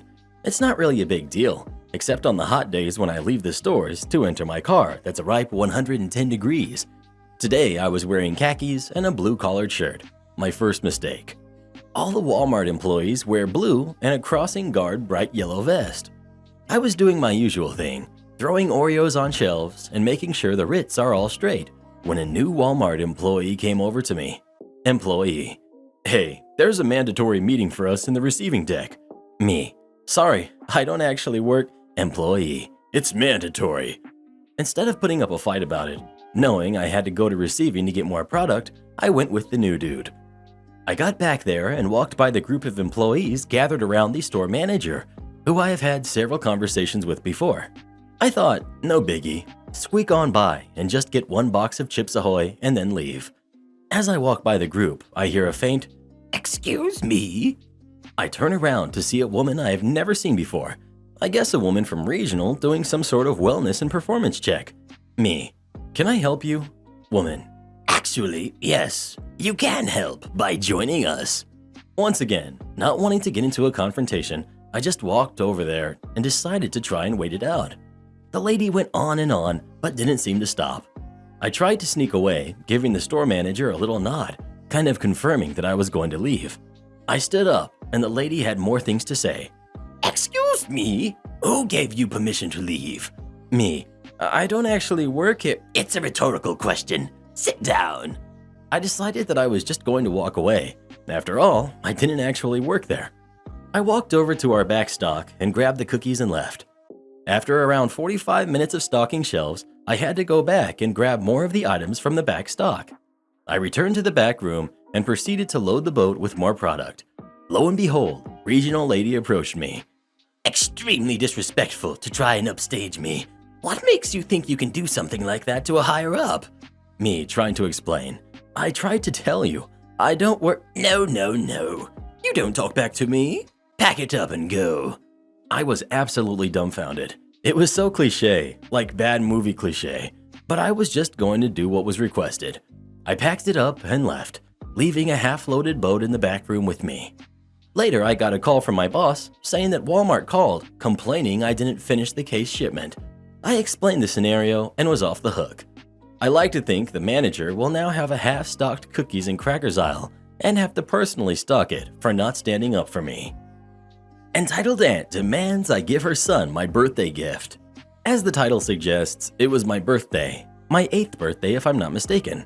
And like every year, after the party in our building salon, my parents would take me and my gifts up to our apartment so I could start opening them while they finished paying the DJ and whatnot. I was usually alone in that moment since they left me there and went back down, but for the first time, my father's sister, the entitled aunt, attended my birthday, and she needed to change my cousin who was around 1 year old at the time, so they left her there with me. She was tending to her baby, and I was minding my business. All was well, until I opened one gift that made me squeal in excitement. It was a remote-controlled robot dragon sword that walked, roared, and attacked, if you passed too close to it. I had been asking my parents for that for months and was super happy to finally have it. I still have it to this day. Cue the she-devil peeking into my room. Wow, look at that. That's a really nice toy you got there. Me. Yeah, I've been wanting it forever. I can see why. Your cousin is getting a little bored. Let him play with it. He loves dinosaurs. Me, already hugging my dragon sword. No, he's gonna break it. Entitled Aunt. Stop being so selfish. He's just a baby, and he's bored. Me. Exactly, he's just a baby. He's not even old enough to play with this yet. I said, pointing at the box that said the minimal indicated age to play. I can't remember what it was, but it was certainly more than he had. At that, she huffed and stormed out of the apartment, and I thought it was the end of it. But soon, I hear my dad stomping in. Turns out she went down to complain to him about me not letting her precious little angel play with my toy, and he was upset about it. He yanked the toy from me and started shouting at me that I was an ungrateful brat, that if I was going to be so selfish, I didn't deserve any of these gifts, and lots of other things I honestly can't remember, because at the point, I was already hiding and crying inside my wardrobe. This went on for a good few minutes until Mama Bear, as always, stepped in to defend me. She heard the commotion from the hallway and came running to see what was going on.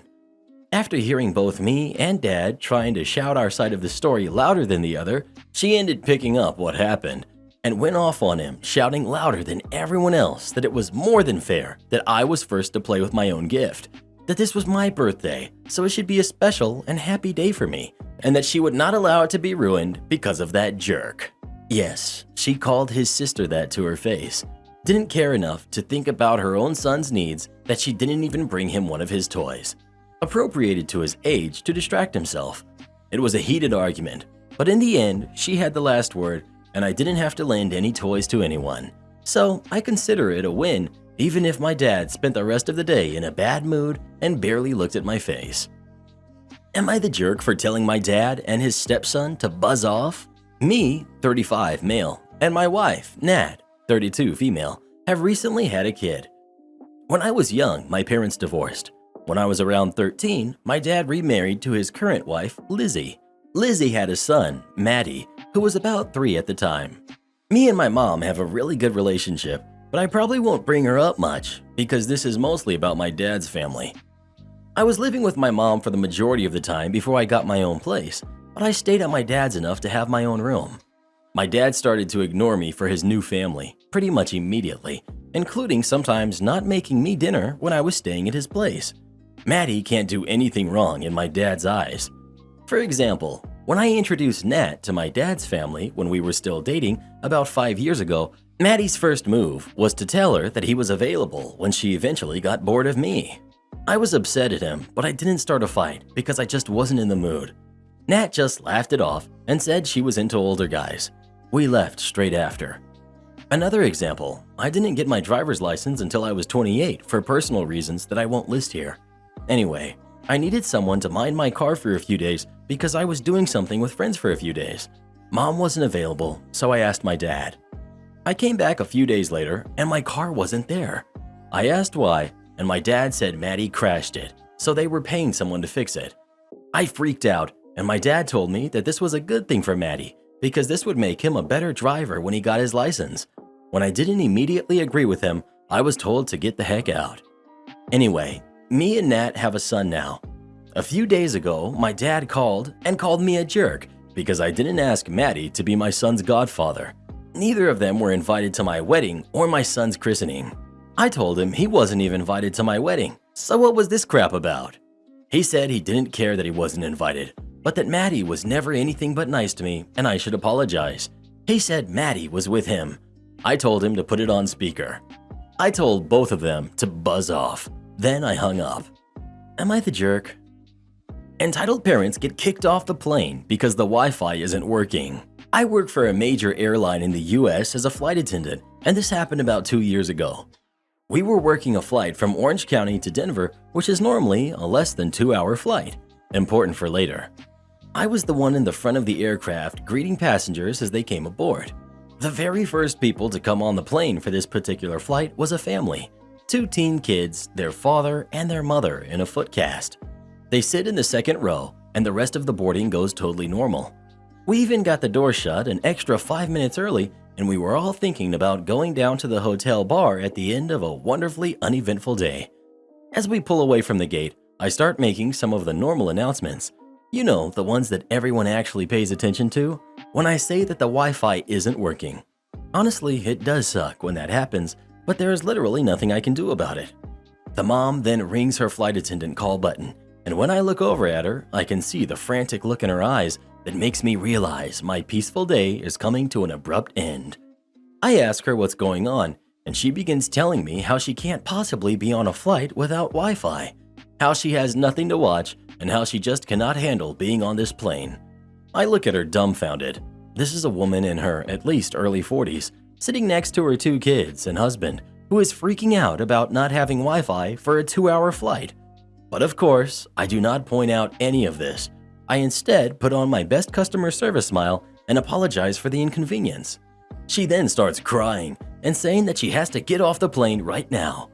I ask her if she is totally sure she wants to get off because we're still on the ground and it's possible to go back, but it's a pain in the butt to return to the gate. As her sobs continue, I realize that at this point, even if she wanted to stay, there is no way that I would feel comfortable with her at 40,000 feet. So I have another crew member call the pilots and explain what's going on. I let her know that we are going back and that she and her family can deplane. This is the point where her wonderful husband decides to get involved, and you would think he would be consoling his wife, but he thought it a better idea to start yelling at me, screaming that she was going to be fine and we didn't need to go back, how I was the one being dramatic and wasting everyone's time. After a very awkward taxi back to the gate, I go back to the front so we can reopen the doors, and all the while the husband is alternating between yelling at me and yelling at his wife. Once we finally get the doors open, I head back to their row and ask them to deplane and offer to help them with their belongings. This is when the wife looks up at me and smiles, and this is the part that I will never forget. I'm just going to run up there and download a movie and I'll be right back. I just smiled at her and thought, you have to be kidding me. We finally get them off the plane and into the slightly confused hands of a ground supervisor. We quickly reclose the doors and I exchange shocked glances with my crew. Who really thinks that they're going to get back onto a plane after you made them and 130 other passengers turn around because you couldn't spend 2 hours with your family without Wi-Fi? Am I the jerk for not letting this dude use the toilet and then getting him fired? I, female 21, know it sounds bad, but hear me out first. I was hired 3 months ago by a supermarket chain as a cleaner for their offices, situated in this massive building where hundreds of people work every day. Part of my job is cleaning toilets. When I clean a toilet, I leave a sign at the door saying the facility is currently being cleaned and asking for people to find another toilet during this time, as you can get into another set of toilets within a 2-minute walk no matter where you are. Most people respect this sign. Some may not read it. I understand that though. It's not flashy and it can go unnoticed. But as soon as they get in and see a cleaner there, they apologize and get out. Some very rare cases ask to use the toilet, but it is usually just one time. This dude was different though. One time he walked in. I said, "Oh, sorry, I'm just cleaning here." No problem, you can finish it after.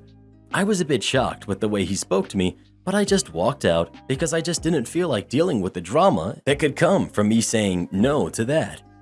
Another time he got in and, after my, "Oh, sorry, I'm just cleaning," he said, "I'll be quick." I was going outside to grab my mop anyway, so I just went for it. The last time his reply was instead, "Hey, gotta pee, get out." I said, "I'm almost finished anyway, just 2 minutes." He told me to leave. I asked him to read the sign, please, while I finished. He said something like, "This is the men's toilets. You're the one staying here, so I'm going to feel free to use it no matter if you're here or not." What the heck? I walked out while hearing unzipping. I was lucky one of my supervisors was close by. I told her quickly what this dude was going to do while I was cleaning the toilet, and he was still inside. He gets out of the toilet almost immediately, completely relaxed. I point him out to my supervisor. She asks him if he has anything to say about what happened with me inside, and he tells her he wanted to use the bathroom and that I was gatekeeping it. He was honest about ordering me to leave and about telling me he was going to start even if I was in there. He just thought he was okay because I was in the wrong. Anyway, he ended up being fired. It was so weird to see him being so honest. Luckily for me, my work believes that I deserve to tell people not to use the bathroom while I'm cleaning them, no matter their gender. I'm feeling a bit bad about this. I got someone fired when I could have just let him use the bathroom. On the other hand, the dude was definitely disrespectful of me and my work. If there are any questions about anything, let me know. The situation just escalated very quickly and has left me startled with guilt. Edit. I wasn't expecting this whole thing.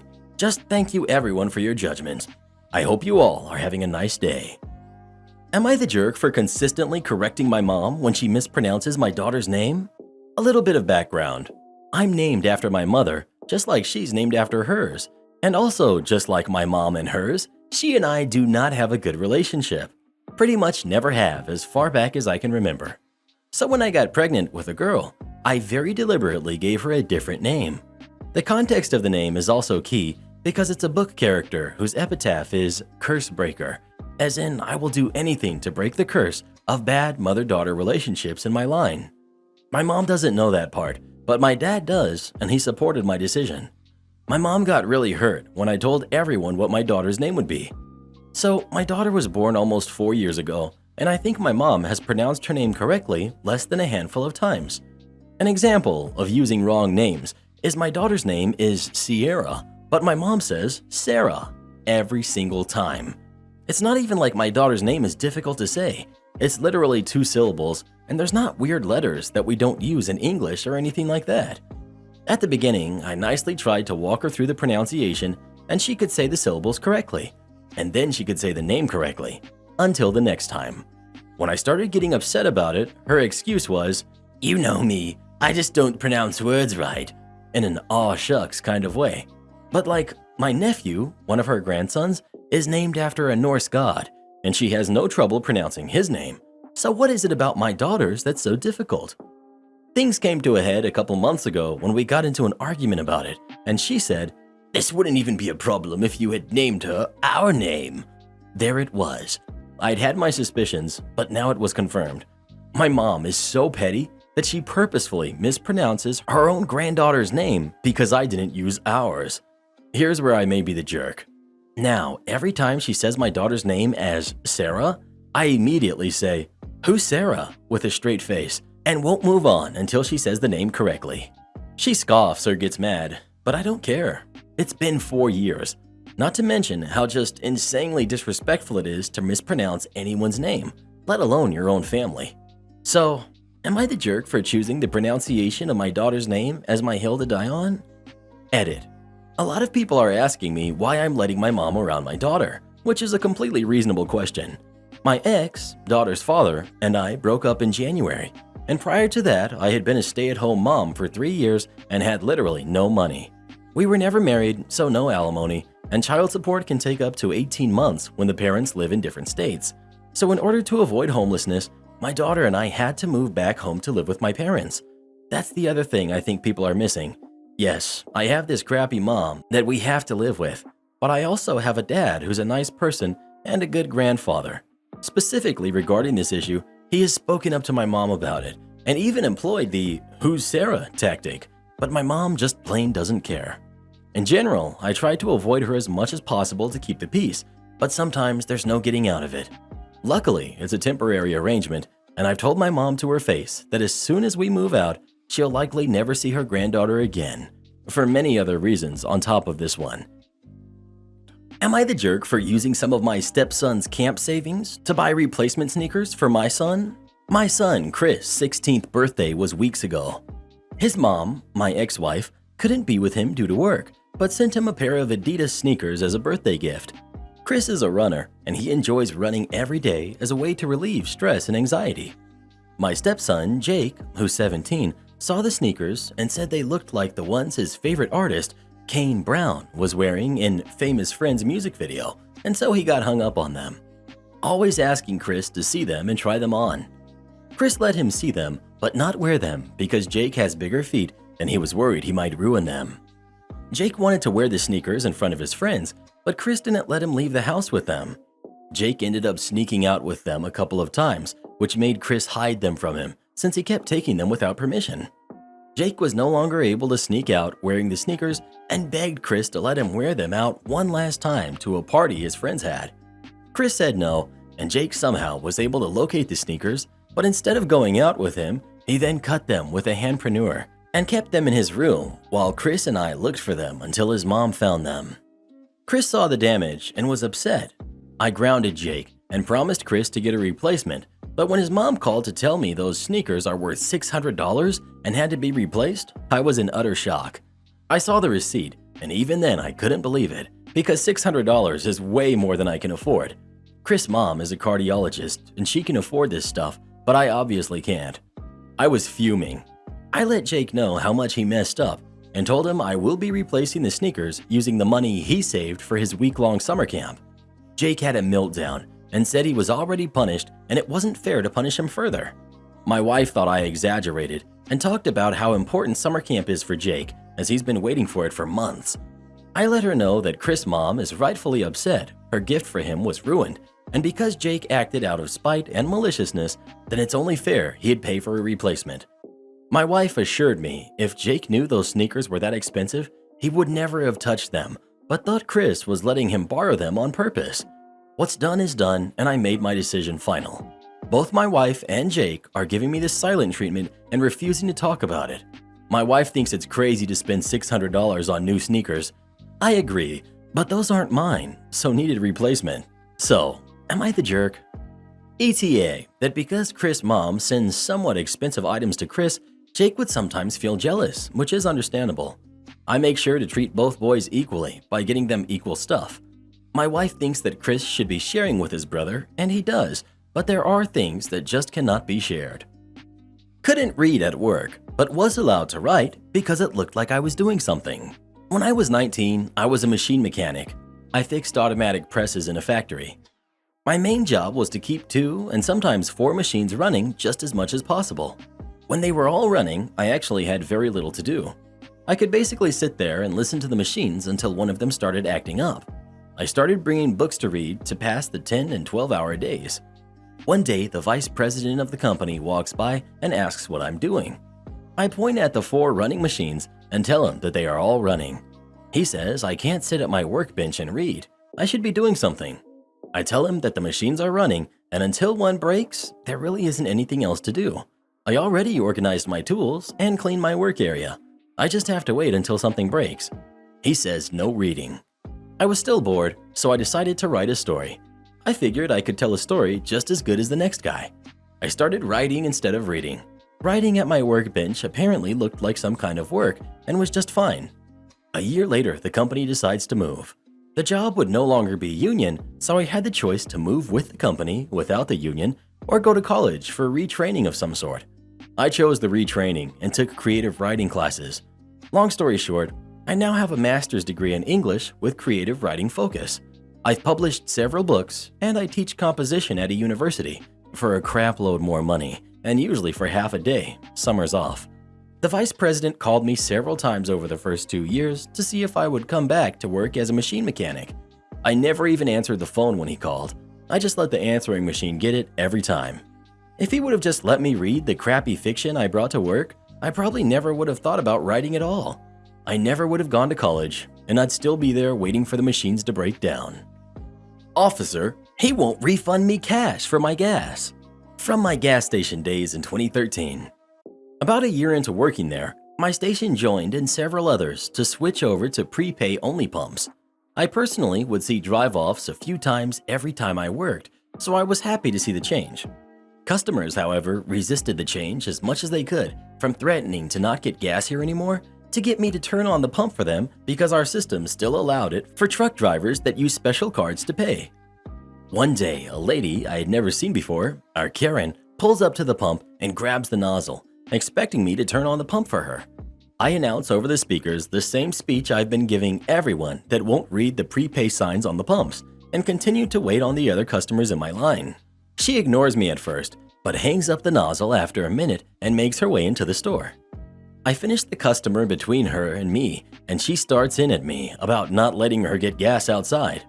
I politely tell her that we're a prepay only store now, and she'll have to put money into a pump before getting her gas.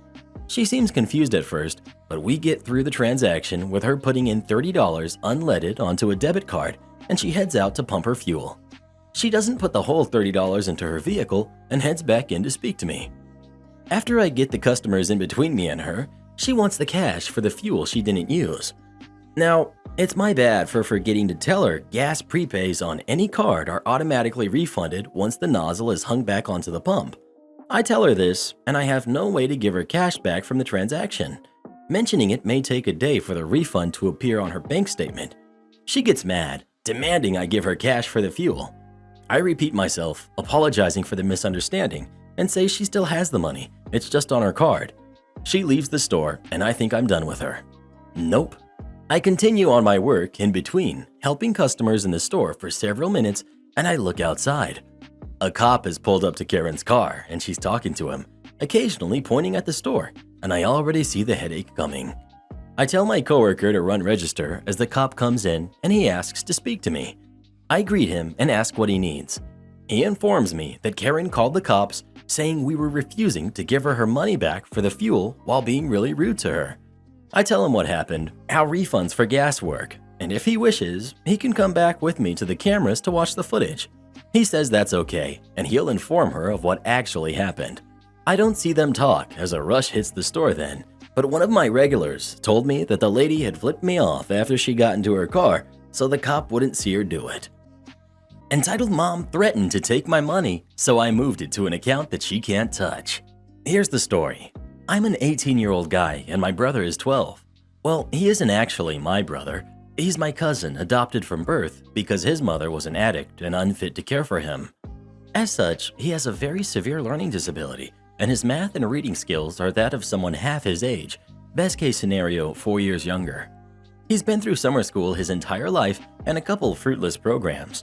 And I don't tutor him because he's kind of a jerk to me for no reason, and I want nothing to do with him when I'm out of here. Recently, my parents found a tutor program that specializes in learning disabilities and are going to give it a shot. Problem is, my dad was laid off due to lockdown, and only my older sister and I are working. And as such, they don't have too much money to be able to afford it, but really feel the need to help my brother and get him what he needs. Earlier this week, my parents sat us down and told us that it's gotten to a point where my brother might be held back and he really needs that tutoring. And because we are his older siblings and they're not employed, then my sister and I will have to foot some of the bill. We immediately objected to this. My sister said that they have no right to do that and said that my brother is not my responsibility. But they shut us down and said that we're a family and family helps each other. I realized that being their joint ownership of my current bank account, that they can take funds out of it without my knowledge and I would have no recourse. So later that night, I opened up a new account at a different bank and scheduled a wire transfer. The transfer went through today and my parents got a notification and began to get on me about it. I told them that it's my hard-earned money and I cannot have it at risk of being garnished. But they yelled at me, saying that I need to help contribute to my brother and told me about how they've tried for so long to help him out, and for me to not stand up for him is very low of me. Now I'm feeling bad for this. I don't want my brother to suffer, but I don't want them touching my money. Albatross is the best bird ever. This was way back in primary school. I was in 5th grade and was very book nerdy. My parents were book nerds themselves. The holy book in our house was The Lord of the Rings. I, of course, read that with a little help. The Hobbit, and all of the Harry Potter books that came out by then. For my present for my 9th birthday, my parents bought me a Biology and Sciences encyclopedia, which was a series of not that heavy, yet not that childish. The drawings were pretty detailed. Books on various different subjects. I was encouraged to continue my book reading during classes by most teachers, as the principal herself was very pro self-teaching and all that. There was one teacher though, I'll call her Rita, that hated me for ignoring her in class and reading, even though I was allowed. I was always getting grades in the high 90s, so she really couldn't do much. The thing is, I loved her class, as she was teaching about sciences, which was my favorite subject.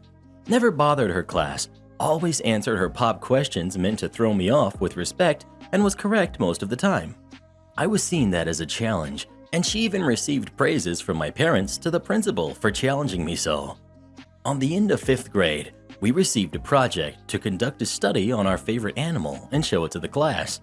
Now, this being primary school, you'd probably expect dogs, cats, horses, maybe something from a zoo like a lion or a tiger. Me being the book nerdy type, looked up interesting animals on my encyclopedia and found the albatross. With a wingspan of 3.7 meters, 12 feet for my Western friends, it was majestic in its pictures, describing its aerodynamics and habitats. So that's what I wrote about. When it was time to talk about our projects, I went up and started in my well-rehearsed, trying to be serious and adult voice to introduce the albatross, the bird with the longest wingspan in the world. Not one sentence after, Rita cuts me off and declares, "Sit down, kid. There's no such animal, and you clearly haven't prepared at all. It's a 0 for you, and learn to study instead of reading your fantasy books." I was shocked. Never in my, albeit short, life was I humiliated like that. I answered without thinking, "What? No, you're wrong. The albatross is a real bird." Rita, "Oh, you think you know more than your teacher? Fine then, Mr. Know-It-All. Show us proof." Me, "It's in my book back at home." Rita, being smug, "Of course it is. Know what? Why don't you come tomorrow with your little book and show all of us how stupid you are?" At this point, I was crying, and most of the kids were laughing at me. I don't blame them. It's primary school, and a kid is being humiliated in front of everyone. I might have laughed, was it someone else? I couldn't stay in class and ran home from school. It was right on the other side of the road, and back then, kids above 9 were not uncommon crossing roads by themselves. My parents were called and rushed home from work, worrying, just to find me crying and hugging my dog, Nala, and holding my biology encyclopedia. After calming me down and promising me I wasn't in trouble for running home from school, they heard my story and immediately called the principal and told her everything. Of course, she heard a very different story from Rita, but she agreed with my parents that it was highly unusual for an 11-year-old book nerd with high grades and no problems with behavior to run away from school. So she made an agreement with me and my parents. If she wants you to prove her wrong in front of everyone, that's what she'll get. The day after, I was entering class sheepishly with my book as a shield to hide my face behind. Before class started, there was an announcement that called all kids and staff to the central courtyard for a lecture. This was not that unusual, but no one expected that at 8 a.m. Most of the time it was called during or right after lunch break. We went out and there was my principal, the janitor with a mic and amp, and Miss Rita herself, smiling daggers at me. Behind them was a black tarp-covered stand, important later. As everyone settled down, the principal called, OP, can you please come up? Everyone, this is OP from Class E2, and he has a very special animal to talk about. Some polite clapping, and the principal hands me the mic. I start giving my lecture, doing my best to keep my voice steady, and as I do so, the principal stops me. Principal, taking out a different mic. Wait a second, OP. I think some people here don't know that albatrosses are real. Do you have any proof? Me. Yes, ma'am. I've brought the book like Miss Rita asked me to. Principal. Well, that's good and all, but not every book is considered factual. What kind of book have you brought? Me. An encyclopedia about biology. Showing the book to everyone. Principal. Wow, that's a very good book to have. But OP, I think some people, maybe even our Miss Rita here, can't see your book from that far. How about we show them a picture? At this point, both the principal and the janitor pulled on the tarp, revealing a large picture, hastily plastered to a board, of the albatross. This was rewarded with claps and oohs from the crowd, though I felt mine was the loudest. Principal smiling at me. How about this, OP? I know you'd love to tell everyone about your bird. Would you like to write on this board and we'll place it in your class? I smiled back and nodded yes enthusiastically. I never saw Miss Rita after that year. P.S. Years later, my parents filled me in on their side of the story and told me that the principal ordered Rita to apologize to my parents and to personally print and post the picture on the board, or she would be fired. I imagined the hours she had wasted looking it up. This was way before Wikipedia. Getting a photo of the albatross and making that sign always cheers me up. No, I won't clean your table, but you can talk to my manager. She won't either. A couple years ago, I was working for a theme park as a live entertainment support tech, as you can tell by my username. I'm a lighting stagehand by trade. This particular story takes place on my second day of work after returning from a 4-year hiatus. We were all working hard to get the summer show up on its feet and ready for tech in a couple weeks, so we took a longer lunch break than normal. Low-level staff like myself and our department supervisors at a pizza place across the street. Now, the way we dressed for this position was fairly distinctive amongst our staff, but I guess less so when you leave the park. We wear show blacks, all black clothing, down to socks and undershirt. The black shirts, button-up work shirts we had, as well as the ball caps several of us were wearing, had the name of the theme park and entertainment in silver in a less than missable font. On top of which, we had name tags with the company logo and our tool belts on our hips. The pizza place, however, had shorter sleeve black polos for managers or t-shirts, though a similar black theme, they were not at all alike. Anyway, sorry for the long setup, but it's important that you know how unbelievable this situation was. So I'm making my way through the buffet, grabbing pizza and some salad, when I hear it. The impatient shriek of, "Excuse me!" I'm focused on my lunch, as we are still on a time crunch after all. Naturally, I assumed this woman just wanted me to step aside, so I politely moved. I heard a distinct huff, then felt a not too gentle tap on my shoulder. I turned around, confused. Can I? Finally! I've managed to get someone's attention. All these tables are filthy, and I want you to clean one for me. I blinked for a moment, about to utter the words you all expect. I get as far as, I know you're on your lunch break, but you can stuff your face in a while. You have a paying customer here with no place to sit. Am I just supposed to eat standing like an animal? Yes, she actually said that. I point to the logo on my work shirt. She doesn't even look. But nonetheless, I say, sorry, I can't clean your table for you. There's always someone at the register. Maybe they can. You're right here, right now. Why should I have to wait for someone else to do your job? At this point, I just sigh and begin to walk off. Karen shrieks, I want to talk to your manager. As it so happens, guess who was sitting at the table with our staff? Suddenly, I get an idea. I flag my manager over. Manager, hey Spotlight, what's going on? Me, this lady said she wanted to speak to my manager. Manager, why would Karen? This lazy jerk isn't doing her job. I want you to tell her to clean me a table. Now! Manager, Spotlight doesn't work for the pizza place. Neither do I. Karen, what the heck is wrong with people these days? No one ever gives good service anymore. My manager, seeing just what I'd been putting up with, went off on Karen. She didn't yell and was very controlled, to the point it was scary.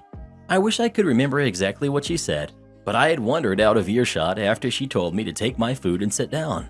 All I know is, Karen finally seemed to get the message. Here's the best part. I don't know exactly why, but Karen left, without ever eating a single slice of pizza she paid for. My manager ended up giving me some cash to cover my lunch after all the crap. So, thanks Karen, I guess.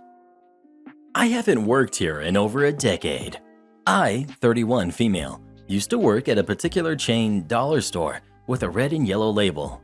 I was the manager of one of these stores from ages 18 to 20 years old, so over a decade ago. This store was located in a very rural upstate New York town with a population of less than 1,000 people and has remained one of very few choices for home goods and food in this town without traveling more than half an hour into the larger town nearby.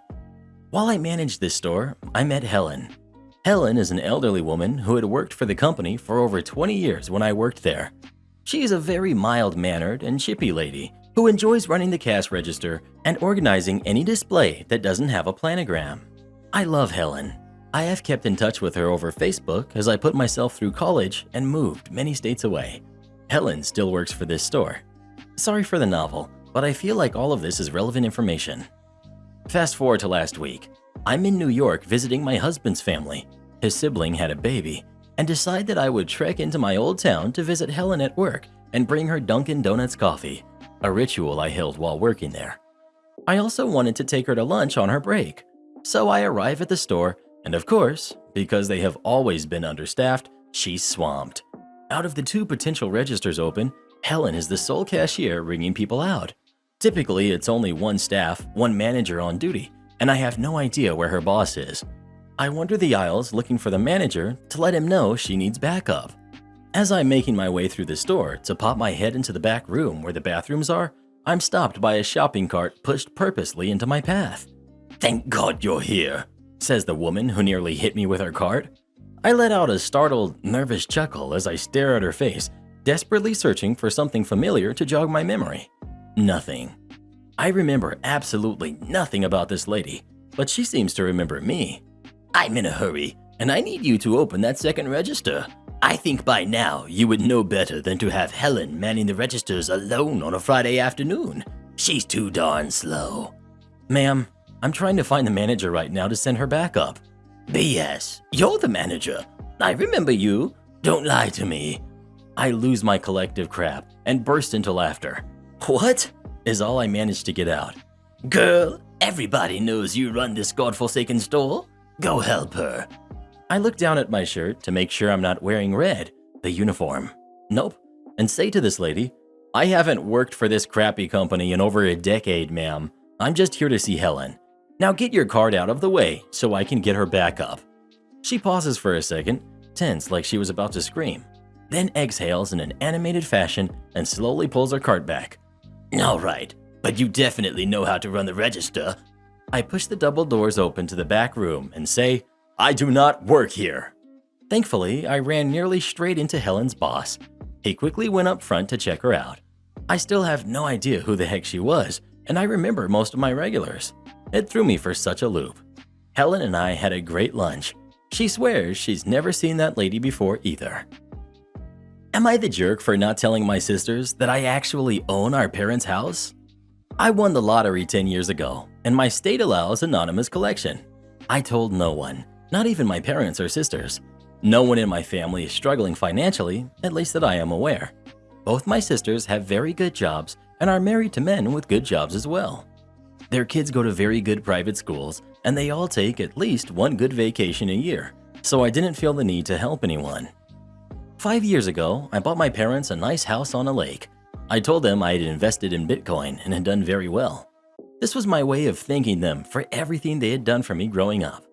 Our current financial status isn't even remotely close to what it is now, so I owe them a lot. But putting the house in their name would put additional expenses on them and me. It was just easier for me to keep it and them treat it as their own. The only catch was that I didn't want anyone to know I gave them the money. I've heard too many horror stories about lottery winners, and I've done everything I could to keep that from happening. 6 months ago, Our parents both died in a car accident. My little sister asked my older sister and I to leave everything alone so we could grieve and not worry about the estate. Last month, older sister approached my little sister and made an offer to buy her third of the lake house. She accepted and was paid. I found this out a couple of weeks later when older sister came to me to make the same offer, and I initially declined. But when she told me that she had already paid little sister, I had to tell her that our sister owned no part of it and that I had 100% ownership. At first, she didn't believe me. My parents never got around to making a will. If you're reading this, please make a will. So she knew it hadn't been left to me. We were at my house, so I just pulled the paperwork out of the safe and she went ballistic. Because these posts have character limits, I can't go into full detail about her meltdown, but suffice it to say, it was epic. When little sister found out, she had a freak out of her own. She took the money and paid off her house. 90% of the money was gone.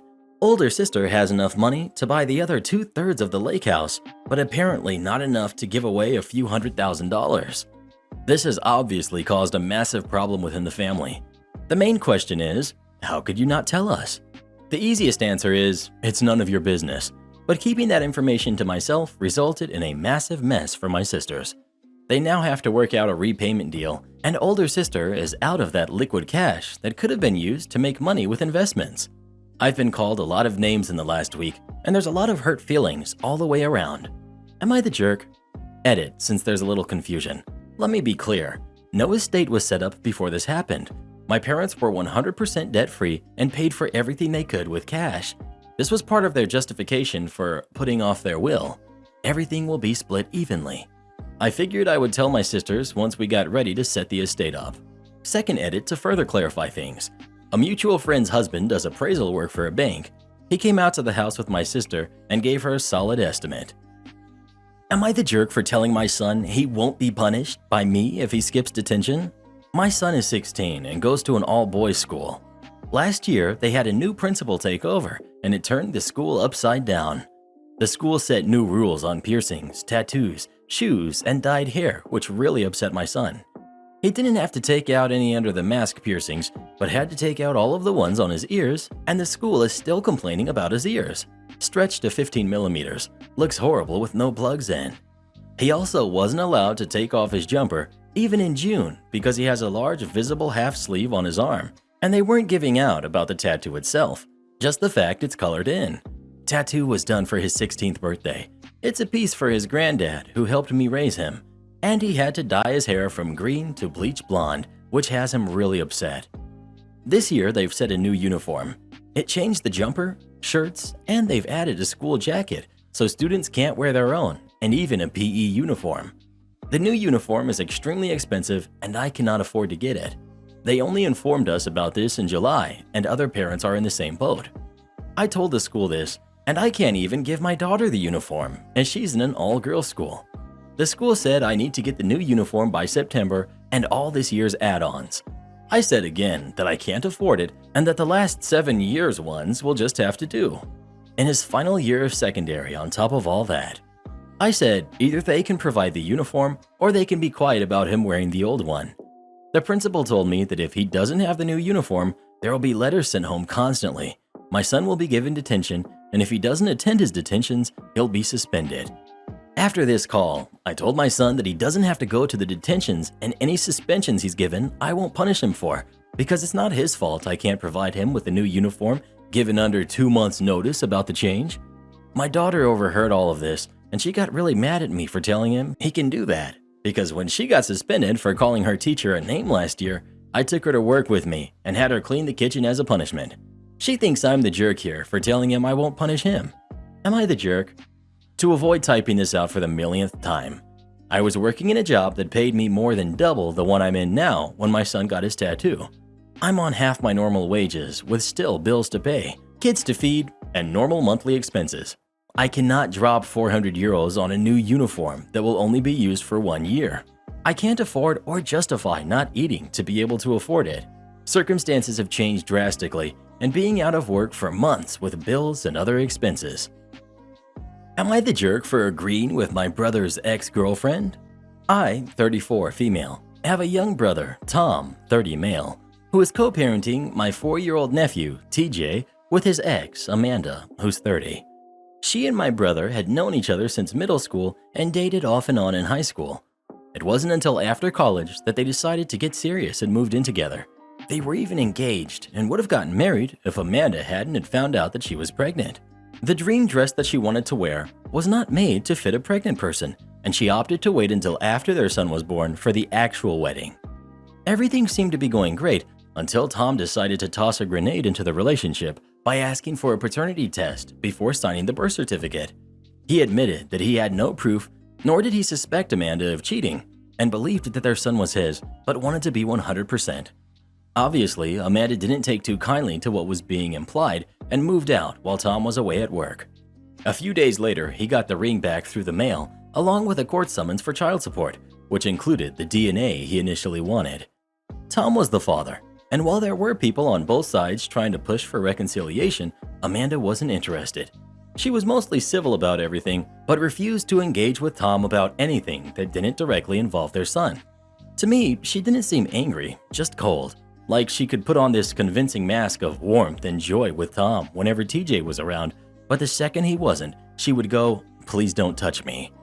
Tom has always been hurt over how Amanda responded to his request and feels that she failed TJ by walking away instead of just staying in the relationship. I mostly just bit my tongue, but now that Amanda had started dating again, Tom has gotten worse. One day he was ranting about how it was too soon for Amanda to be dating. I responded by bringing up how Tom has had at least 2 girlfriends since his relationship with Amanda ended. Tom defended himself, saying that what he did was different, as he was just dating to have fun and scratch an itch, while Amanda is looking to marry. Eventually, I got fed up with his attitude and told him that the only reason he's in this situation is because of his choice to question paternity. Tom said that as a man, he had every right to know if TJ was his, and I countered with Amanda having every right to leave him over it, as no honest woman should have to be treated as if they've done something wrong, and that I would have done the exact same thing as her if a man ever dared to try something like that with me. Since then, my parents and a few of Tom's friends have said that I was in the wrong, as my brother was looking for a sympathetic ear rather than being kicked while he was down. Am I the jerk? Am I the jerk for telling my boyfriend's parents he's a grown man who can make his own choices? I've been with Joey for about a year. I feel like his family started to resent me because he was spending more time with me and less time at home. This month, I got a great job offer in Colorado. Joey has recently finished his master's degree and is looking for a first full-time job. We decided together to move to Colorado. I'd take the job and he'd look for a job there. For context, home is Connecticut. Both of our families live in Connecticut, but I think he and his family do a lot more in-person things. My family is very busy, and even though we all live in the same area, we mostly keep in touch by phone. It was a big move, but my job offer was a once-in-a-lifetime chance. We decided together that was what we wanted to do. After all, he didn't have a job yet, so this was the perfect time for us to move, when we had that freedom to move without either of us having to make an unwanted career sacrifice. He told his family on his own, and from what he said later, they were upset. They thought it was a bad idea to move across country for a girl. They thought it would be hard to live someplace without family, friends, or support network, especially if we'd be having kids. I left that whole bag of worms for him to handle, like it's his family. My family was super excited for me, and not totally surprised. They were just like, of course our wild child is moving to the mountains. Anyway, I got brought into his family drama a bit at his youngest sister's birthday party. His mom and dad were in the kitchen when I came in to get a water, and his mom told me pretty bluntly that she didn't like the idea of us uprooting our lives and leaving family. I said that my family was happy for me and excited for me, and that I thought it could be an exciting positive thing. I think that irritated her more. She started lecturing me on how important family is and how it was reckless and selfish what I was doing, pulling her son across the country away from everyone he knows. I asked, "Is that really what you think I'm doing? Pulling him away?" She said she knew it was my idea, and that she knew I knew that by doing it, I'd be stealing him away from his family life, from his sisters, and his parents and grandparents. I said that I found it pretty condescending that she was acting like I was stealing him away from her. He's a grown man who can make his own choices. Nobody can steal a man. They can go where they darn well please. And my boyfriend made a choice, his own choice, not mine, to choose our relationship and come along with me to Colorado. She found that really rude, and so did my boyfriend's dad. He got very short with me and told me to leave the house rather than speak to his wife like that. I went home. Am I the jerk for having said what I did to my boyfriend's parents? Am I the jerk for moving out instead of paying rent? I, 21 male, currently live with my girlfriend, 22 female. I moved in with her about a month ago. Prior to that, I lived with my parents. I finished a building apprenticeship in February and moved from minimum wage to $27.50 an hour. I agreed to work at minimum wage for the duration of my 3-year apprenticeship in exchange for my boss buying me a full set of kit over the course of the 3 years, as originally I was going to go off on my own at the end of the apprenticeship, but now I'm staying behind. He also gifted me a brand new tool trailer worth $16,000 when I completed my apprenticeship, so don't start on my boss. He's a great guy. When my parents found out about the wage increase, they demanded that I start paying rent of $350 a week. Now, I would have been happy to pay some rent, but paying almost what a studio apartment is worth for a bedroom I share with my brother is ridiculous. I was already paying 1/3 of the household bills, as well as dropping my younger brother, who's 17, and sister, who's 15, to school on my way to work every day, and picking them up after work, a detour of about half an hour, as well as driving my sister to horse shows almost every weekend over the summer, which necessitated taking the occasional Friday/Monday off work. Plus, I do all the repairs around their house, replacing windows, guttering, fixing the roof, etc. for free. So I refused and offered $150 a week and outlined the things that I do for them. They said it was $350 plus all of the above or move out. My girlfriend had just moved out of home into a studio apartment in order to be closer to uni, so she offered to let me move in with her. Her apartment is $395 plus bills, which have been around $30 a week per person, and it's almost half of an hour closer to work than my parents was. I said to my parents in February that I was giving them 2 months' notice, then I would be moving out, no longer contributing to bills and no longer helping out around the house or picking up and dropping off my siblings. They said that was fine. I think they were trying to call my bluff. I moved out in April and stopped paying bills and helping with the house, but kept driving my siblings to school as my parents' car broke down, and it took them a few months to save enough to get it fixed. I stopped driving them last week, and today my mom called me and begged me to start again and to come fix the floor of the laundry. The washing machine had leaked, and the plasterboard wall was falling apart at the bottom. I refused to help with my siblings and told her that my rate was $27 an hour, but since she's family, if she wanted me to fix it, I'd only charge her $17 an hour. She flipped her crap and called me selfish and ungrateful. Now my parents are refusing to speak to me, and my siblings are upset with me that they now have to walk 30 minutes from home to the nearest bus stop. We live rural.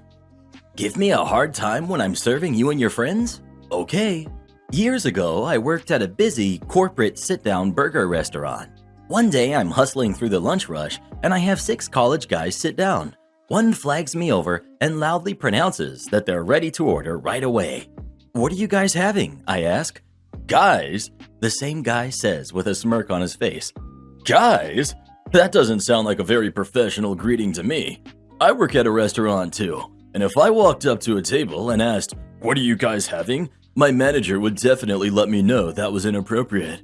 The other guys at the table look kind of uncomfortable at this exchange and just silently sit there. The main guy looks around at all of them and keeps going. "Why don't you come up to us again and do it right?" At this point, I'm looking around at my massive section of tables and getting the distinct feeling I'm going to be at this table forever. I'm trying not to lose my cool, so I smile. "Sure," I say, take several steps back and walk up again. "Gentlemen, how are you all doing? Ready to order?" The main guy smirks and nods. I look directly at him. "How about you, Chief? What are you having today?" Some of the other guys laugh. He looks angrily at me, but orders his burger and a drink. I get everyone's order and hustle off. I return with drinks a little while later. I set everyone's drinks down and do the main guy last. "Here you go, boss." I leave before he can say anything. Through the course of their meal, I call him a bunch of different nicknames every time. "You need a refill, pal? How's your burger, buddy? Need more ketchup, bro? Can I get that plate out of your way, dude? Any dessert for you, amigo? Need me to split your check, brother? Make sure to leave me one signed copy, muchacho." So by this time, this guy is boiling. His friends are loving it though. As time has gone on, the rest of them keep looking at me expectantly. What nickname next? Finally, they all get up to leave. Lunch rush has ended and I'm chilling at this point. I casually walk up to them. "Thank you, gentlemen, for coming in." The rest of the group is smiling. I look at the main guy. "And you, have a fantastic day, Hoss." The rest of the guys cheer. They all head out. I grab all their receipts on the table. Surprise, surprise, the main guy left me 0 for a tip. I didn't care. It was all worth it. Entitled Mom thinks anyone can sit on a motorcycle because they don't have doors.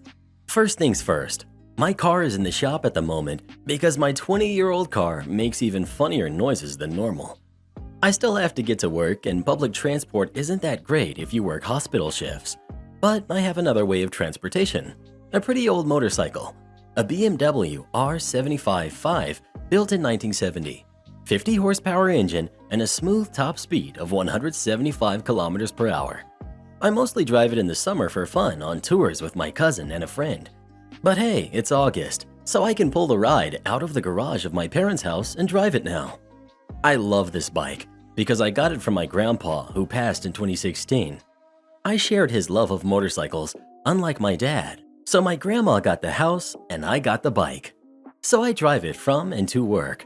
And today, before my day shift, I stopped at the local supermarket for some gross microwave food, a pack of Marlboros, and a big can of Monster Energy.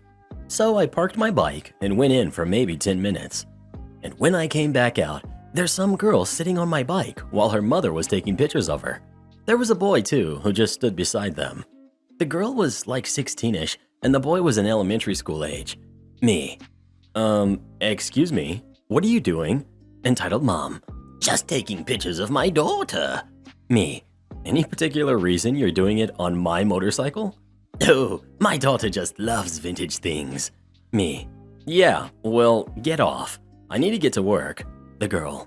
Oh, come on. I need a good-looking picture, and my mom hasn't gotten a good one yet. Me. I don't care. Get off of my property. Entitled Mom. Don't you yell at my kid, boy. Boy? Lady, I'm in my mid-20s. It's perfectly fine and you can wait. My daughter is an influencer, you know. Okay, that's the point where I was really upset. I'm a chill guy, but some things just really tick me off. And one of these things is disrespecting others' property right next to calling me just a nurse. Me. Oh yeah? What would you say if I said in your car? Because it's perfectly fine. Entitled Mom. Ugh, that is completely different. I mean, cars have doors and motorcycles don't. Me. Fine, okay. Get off. When I got loud, the girl got off the bike and I put my helmet back on. Always wear a helmet, kids. That's from an ER nurse who has seen people without helmets being yeeted into the street or other vehicles. Entitled Mom. Don't you yell at my kids.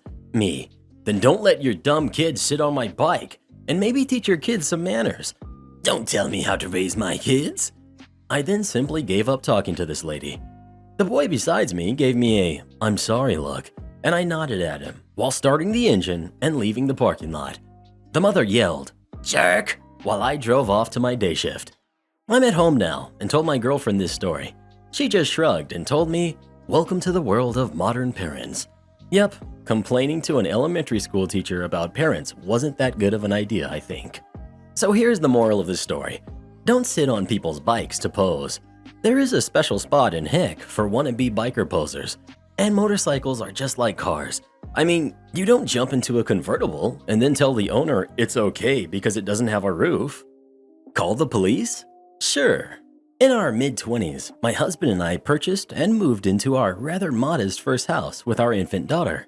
I made a big effort to meet and befriend our neighbors, and all of them warned me to be careful of one particular person, Jane. Jane had lived on the street for 3 years at this point and had earned herself the nickname Big Fat Jane, as she was manipulating, intimidating, and thoroughly awful. Jane ran a daycare from her house, but neighbors on both sides reported hearing her scream at them and leave them unsupervised in the garden. It's important to note that Jane's partner is a police officer. The neighbors were scared of retaliation if they reported her or stood up to her. It seemed Jane would use this to get away with her horrific behavior. Our house had a driveway with a dropped curb big enough for one car, but we could fit both in if you blocked in the first and only used the second car.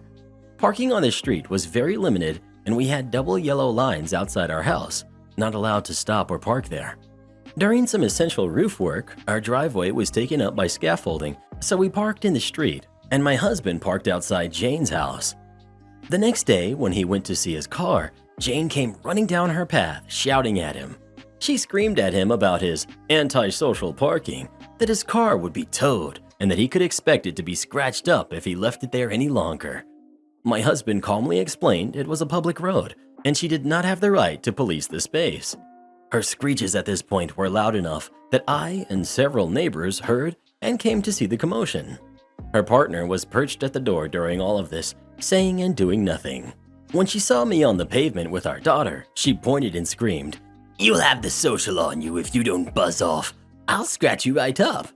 At this point, I told my husband to come back and we were calling the police. She responded, "Call the police. I dare you. He's," pointing at her partner, "a policeman. He'll sort you out. You won't know what hit you." At this point, my husband looked at her husband and said, "Is that right? And you're agreeing with what she said?" The partner nodded and said, "You need to move or accept the consequences. You call the police, it won't get you anywhere." Funny enough, when I then took out my phone and dialed the non-police emergency number on speakerphone and made a police report, both of them looked a lot less confident. Jane stood there, open-mouthed, and grabbed her partner and slammed the door, and we haven't heard from her since. Her partner was placed on suspension due to the allegation and further allegations from our neighbors. He then returned to an admin role. After our confrontation, Jane was giving a warning for a public order offense. However, due to a number of reports, her daycare was closed and she is no longer able to run it. Their house is up for sale. However, as she made a number of modifications without proper planning or works people, its price is significantly lower than they expected and they're in negative equity. All because of a parking space. Karen screams at another table for stealing hers and forces them up. So I was scrolling on TikTok and found a story that reminded me of this gym when I was working last summer. At my restaurant, we take 30-minute call-aheads. Absolutely no reservations. If you're in a large party, you need the whole party to be set, but we are lenient if it's, say, a 13 top and 10 of the guests are there. So I'm working a double, and I help at the host stand when I get bored during the slow hours. I remember answering this lady's call ahead for her 11 to 13 top, and it was only around $3.50 or so. I told her no problem, we will put her name down. We have over half our tables outside and clearly 2 tables specifically for larger parties. Only a few minutes go by and it's a little after 4 when she comes in with her mother and I tell her she's more than welcome to enjoy a drink at the bar while she waits for her party to arrive. They go to the bar and then seat themselves at one of the large party tables as they're next to each other through our large open slider doors. I go over and say the typical, "I'm sorry ma'am, but you cannot sit here until your entire party has arrived. It's policy, but you're again welcome to sit at the bar." She laughs and says, "Oh sorry," and they move over. So far, no big deal. During this time, we start getting lots of calls for call-aheads, and we have happy hour, so the guests start pouring in. I'm one of the servers that will have one of the large party tables in my section, so it's 50-50 I serve her. We end up getting multiple large parties coming in, and it's closer to 5 at this point, and she still only has her mom and her at the bar. Our hosts go and seat one of the 2 large party tables, a party of 8 for a different server. As soon as the other server, we will call Jay, goes over and is in the middle of her greet, Karen decides to go over and scream at them and Jay, saying how dare she serve people at her table and screaming at the guests that they have to get up, that it's not their table and she has a reservation. These poor people actually get up and she immediately seats her and her mom there. Jay grabs our manager and she refuses to get up as her party members finally started to arrive. Jay refuses to serve this table and asked us to swap, which I do because I don't mind difficult guests. GM goes over and very plainly tells Karen what she did was wrong and probably spent 15 minutes going back and forth with her. In the end, she agrees to pay for a full round of drinks for them. I go over immediately, do my greet, and get their drinks and app orders. GM hands me the bill for the round of drinks from the other party's table and I go over and hand it to her. She immediately is red and fuming, saying there's no way a round of drinks for 8 adults cost $130 and states she will only pay $40 worth. I just walk away and get GM and say that she won't pay the bill, and I keep serving the rest of the guests. One of her friends pulls me aside to ask what's going on, and I quickly explain, and she's horrified. Karen does this a lot apparently, but promised no drama as it was a special occasion. As I'm at the table talking to Karen's friend, she yells at the manager and screams that how dare she be forced to pay. My manager looks her in the eye and says, "It's not my problem you forced other guests up from their table. You will pay this bill and then you will leave, or I will call the authorities." Insert shocked Pikachu face. She then demands her beverage and apps, so I run over and grab it all to go and bring it right back with her bill for her items. Her boyfriend ends up paying for the drinks, and my manager stood next to her the entire time and said, "Don't forget to tip 20% for your atrocious behavior to my staff." Y'all, I about lost it. She ended up leaving 15 minutes after, and I got a wonderful tip from her party. But I couldn't believe the absolute entitlement that she had displayed. Over a table, when there was an exact same table 6 feet away. Literally, honey, your people aren't there. So, duh, we're gonna seat one of the tables. Edit to add.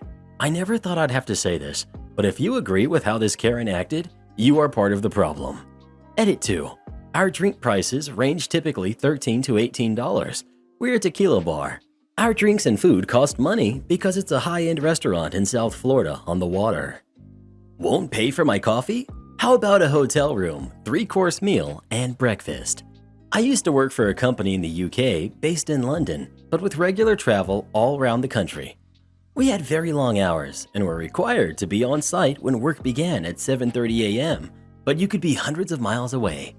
You were allowed to stay away, but you had to get approval from a senior manager, usually only agreed through gritted teeth because of the difficult expenses policy and the wrath of the senior manager who approved the expenses. More on this guy soon. I used to get up early, commute all around the country, often doing 2 to 3 hours in the car at a time. Most often stopping to fuel the car or just have a break, usually grabbing some breakfast and a coffee, because I was often leaving the house before it was palatable to eat breakfast.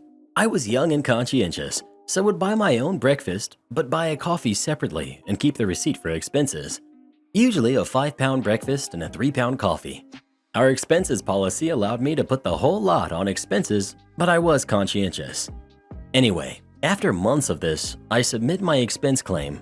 My immediate manager approves it without batting an eyelid, as he can see the addresses on the receipts and the timestamps. So once a manager has approved it, the expenses would go to one senior manager to approve for maybe 200 to 300 claims a week. Major trust issues and seriously backwards. One morning, early at the head office, the senior manager comes into my office and tells me to follow him. I follow him to the office where he explains to me that the company isn't here to buy me coffee. Long story short, I'm told to stop playing fast and loose with the expense policy. I wasn't, and follow the rules. Here's the malicious compliance. Speaking to HR, they had a policy about work-related driving and EU working time directive, which meant that all the early starts and late finishes had to stop immediately because it was breaching policy and the law. So the next time I had to be on site for 7:30 and was 2 to 3 hours away, I stayed in a hotel the night before. 3-course meal and breakfast all in line with expenses policy and working time policies. This continued for about a month because you can only submit expenses for payment in the last week before payday. My expenses went from £100 a month to £1,000 a month. Expenses submitted, manager approved, sent to the senior manager. I get a phone call to come to HQ the next day for a talk with the senior manager and HR. The following day I attend, get an absolute roasting. "What the heck did I say? Who do you think you are?" When I could get a word in, I explained how I was traveling in line with company policy, health and safety legislation, whilst also complying with the expense policy to the letter. HR confirmed, nothing he could do.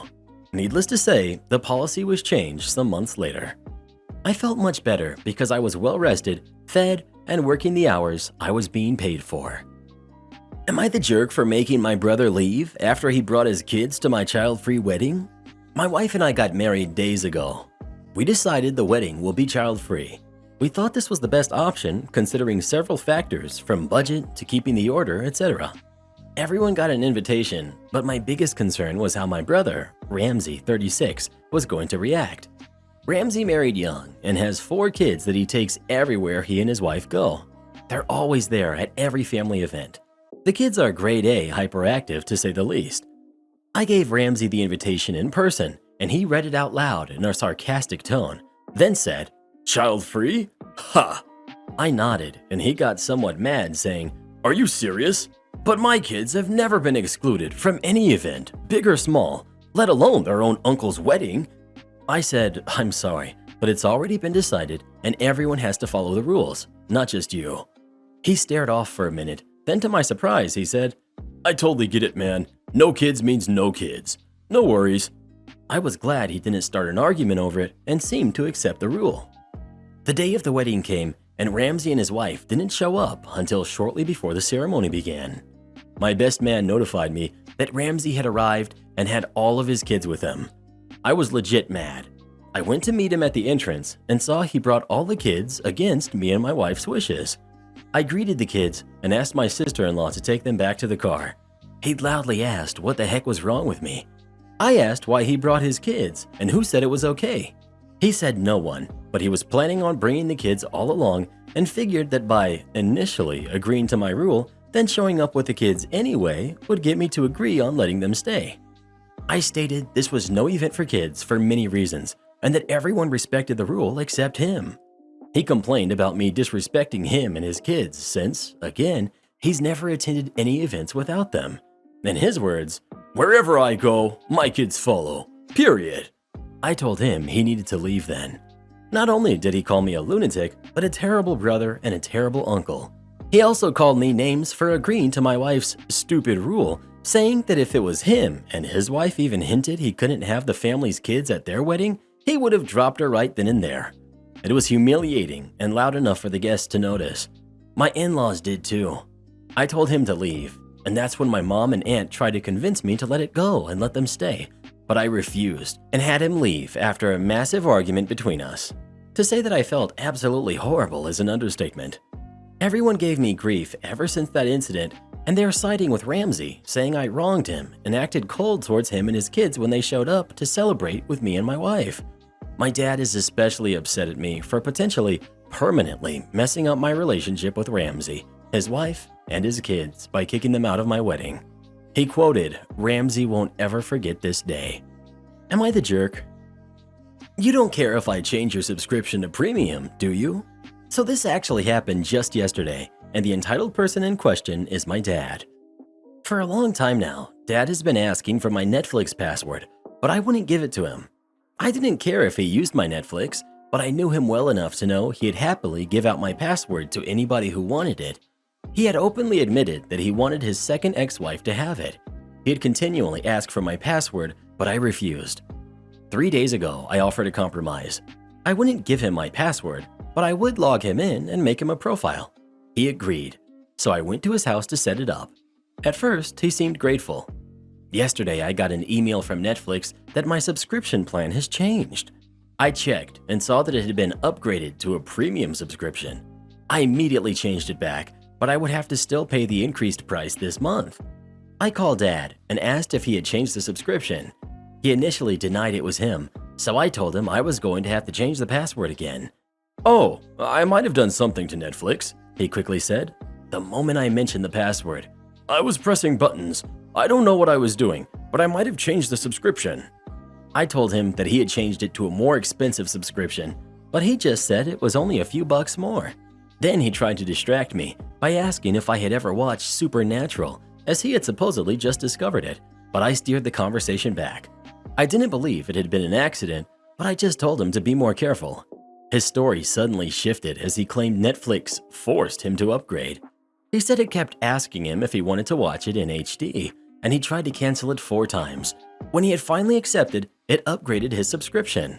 Of course, I didn't believe that story either, but I learned long ago it's best just to drop things with him. Later that evening, he called Mom. He was mad that I had changed the subscription since it wasn't that much more expensive. Netflix had forced him, and he really couldn't tell any difference between SD and HD. He actually was pouting and told her that I could just cancel his account since he wouldn't watch it anyway. And that is why I had to change my password again. You can't cash that check without an account. We had a hailstorm in my area and my car was pummeled with the hail. Not a huge deal, as most dentless hail repairs will do it for way cheaper than your insurance pays. Call my insurance and they scheduled me for 3 days later on a Sunday of all things. Lady shows up and takes photos and prints me off a settlement check on the spot. With a slight problem being that the check is written out to me and the national financing company I bought my car from years ago. Somehow, when I paid off my car, they never released my title and I never noticed. I now cannot deposit my check without NFC releasing their claim on my car, which has been paid off for at least 10 years by this point. After some calling around and jumping through hoops, I'm told if I go to National Bank that issued my insurance check with some paperwork from NFC releasing all claims on my car, I could cash my insurance check. Fine, but stupid National Bank isn't in my town, and it's a 45-minute drive to said National Bank. I verified everything by speaking with a manager at the nearest bank and verified all I needed was the letters, my ID, and the check, and he would cash my check. I show up and head to a teller like the local manager told me to do and presented all of the required documentation. The teller asked me what my account number was. I told her I didn't have one. She informed me that checks over a certain amount could not be cashed if a person did not have an account with them. I informed her that the manager told me that I could cash this check if I showed the required documentation. She informed me that he didn't know what he was talking about and called him over. They had a nice private conversation and collectively informed me that the teller was correct and I had to have an account. Funny enough, as I walked up to the bank, a sign was informing people that if new users signed up for an account and deposited an amount smaller than my insurance check, you would get a $250 sign-up bonus. I asked what was required to set up an account, and lo and behold, it took a whole 10 minutes to set up my new account and about a week for the check to clear and to get my $250 bonus. Transferred everything but the required amount to keep the account open because you had to close out in person. I think it was $10 or under. Am I the jerk for walking out of an interview for the way the guy behaved? This is still a little fresh, and for some reason, when I, 27 male, told it to a friend, they seemed to think I was the jerk for my reaction. I usually work freelance, but a buddy of mine owns a small business and is desperately looking for new people to hire. They asked me to come in for an interview. This was just a formality since he always wanted me for this position regardless. To be honest, I wasn't so sure I wanted the job, but thought it wouldn't hurt to come in anyways. He said I could start part-time and work my way to full-time if I like it. My friend left some other guy in charge of interviews who's a manager that works under him. Not only was this dude a half hour late, but every couple sentences out of his mouth, he'd be telling me to pause because his phone would go off and he needed to respond. I know for a fact it wasn't work-related because who laughs at texts that aren't personal? Anyways, was already annoyed, but what really ticked me off was when he looked at my resume and saw my last name. My last name is Hummingbird. My dad's dad came from Native American background, although he and I actually don't know much about it. This guy sees my last name and laughs. He says, Wait, seriously, that's your last name? Told him, yeah, what's the big deal? Guy keeps laughing and he says sorry, not judging me, just still getting used to some of the crazy names people give themselves. Well, first I told him about my surname and what makes him think it's okay to laugh at somebody's name. After I just got up and said this isn't working, I'd rather not work along someone like him. Guy was immediately apologetic and wanted me to come back because his boss, my friend, will lose it. But I kept walking. The whole thing got on my nerves. Couple hours later, my friend is asking me what happened. He wasn't mad, but he wanted to know why I changed my mind. Still haven't told him exactly what it was since the guy looked panicked, so I don't know about getting him in trouble with my friend. But the reason friend thinks I'm the jerk is because it was super rude to just get up and leave when the guy was simply joking around, and sure he wasn't trying to be mean intentionally. Not sure really if I was the jerk for the way I reacted. Edit. Okay, yes, I will be telling my friend about this. I agree, he's got a right to know what this guy is doing and how it could affect his business. Thanks, Reddit. Entitled parent decides to mess with me in the checkout line. I finally had my Karen in the Wild experience yesterday morning. I live in the southeastern US, and we have a popular small box retailer here with a yellow sign in black letters. They are all over the rural south and in many places act as grocery and general stores to the community. I needed to stop and get an item for my vehicle before I ran morning errands, so I dropped in at our local neighborhood store, found the item and a couple of other things I wanted, and got in line. I am very conscientious about wearing a mask when I go out and steering very clear of those who don't. The line was fairly long for a Saturday morning, and I was then third or fourth customer in line. This store funnels all customers into a sort of a tunnel lined with impulse purchases, lighters, candy, magazines, small toys, that sort of thing, for checkout, and there are 3 cashier stations along the line. Only one was manned at that point. The customer in front of me was a late 30-ish woman with a daughter who looked to be about 10 or so. This was entitled Mom and OK Kid. The kid wasn't so bad. She had on a cute dog face mask, but entitled Mom wasn't wearing one at all. She was pushing a half-full cart of items. OK Kid asks for a candy bar, and entitled Mom says it's okay. Kid reaches for a nearby bar of candy. Then entitled Mom starts looking at the candy, scanning the rows, and her eyes find what she wants near where I am standing. Luckily, the person behind me was not only standing at least 6 feet back, but had a cart between us as well. So as the entitled Mom came towards me, I started backing away. She kept coming closer, and I kept backing up, which she noticed. When I hit the cart behind me, she smiled at me and said, "Looks like you're trapped," and kept coming towards me. Well, I walk with a cane. At that point, I raised the cane so that it was between us and said, "Please stop coming towards me. You aren't wearing a mask."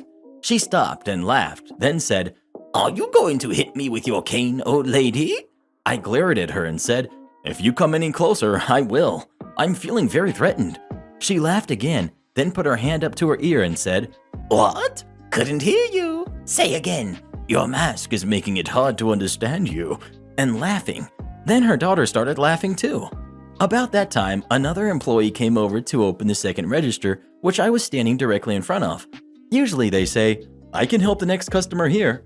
But instead, she said, "I can ring you up, ma'am," to me. I put my purchases down on the counter, and she reached for the first item to scan.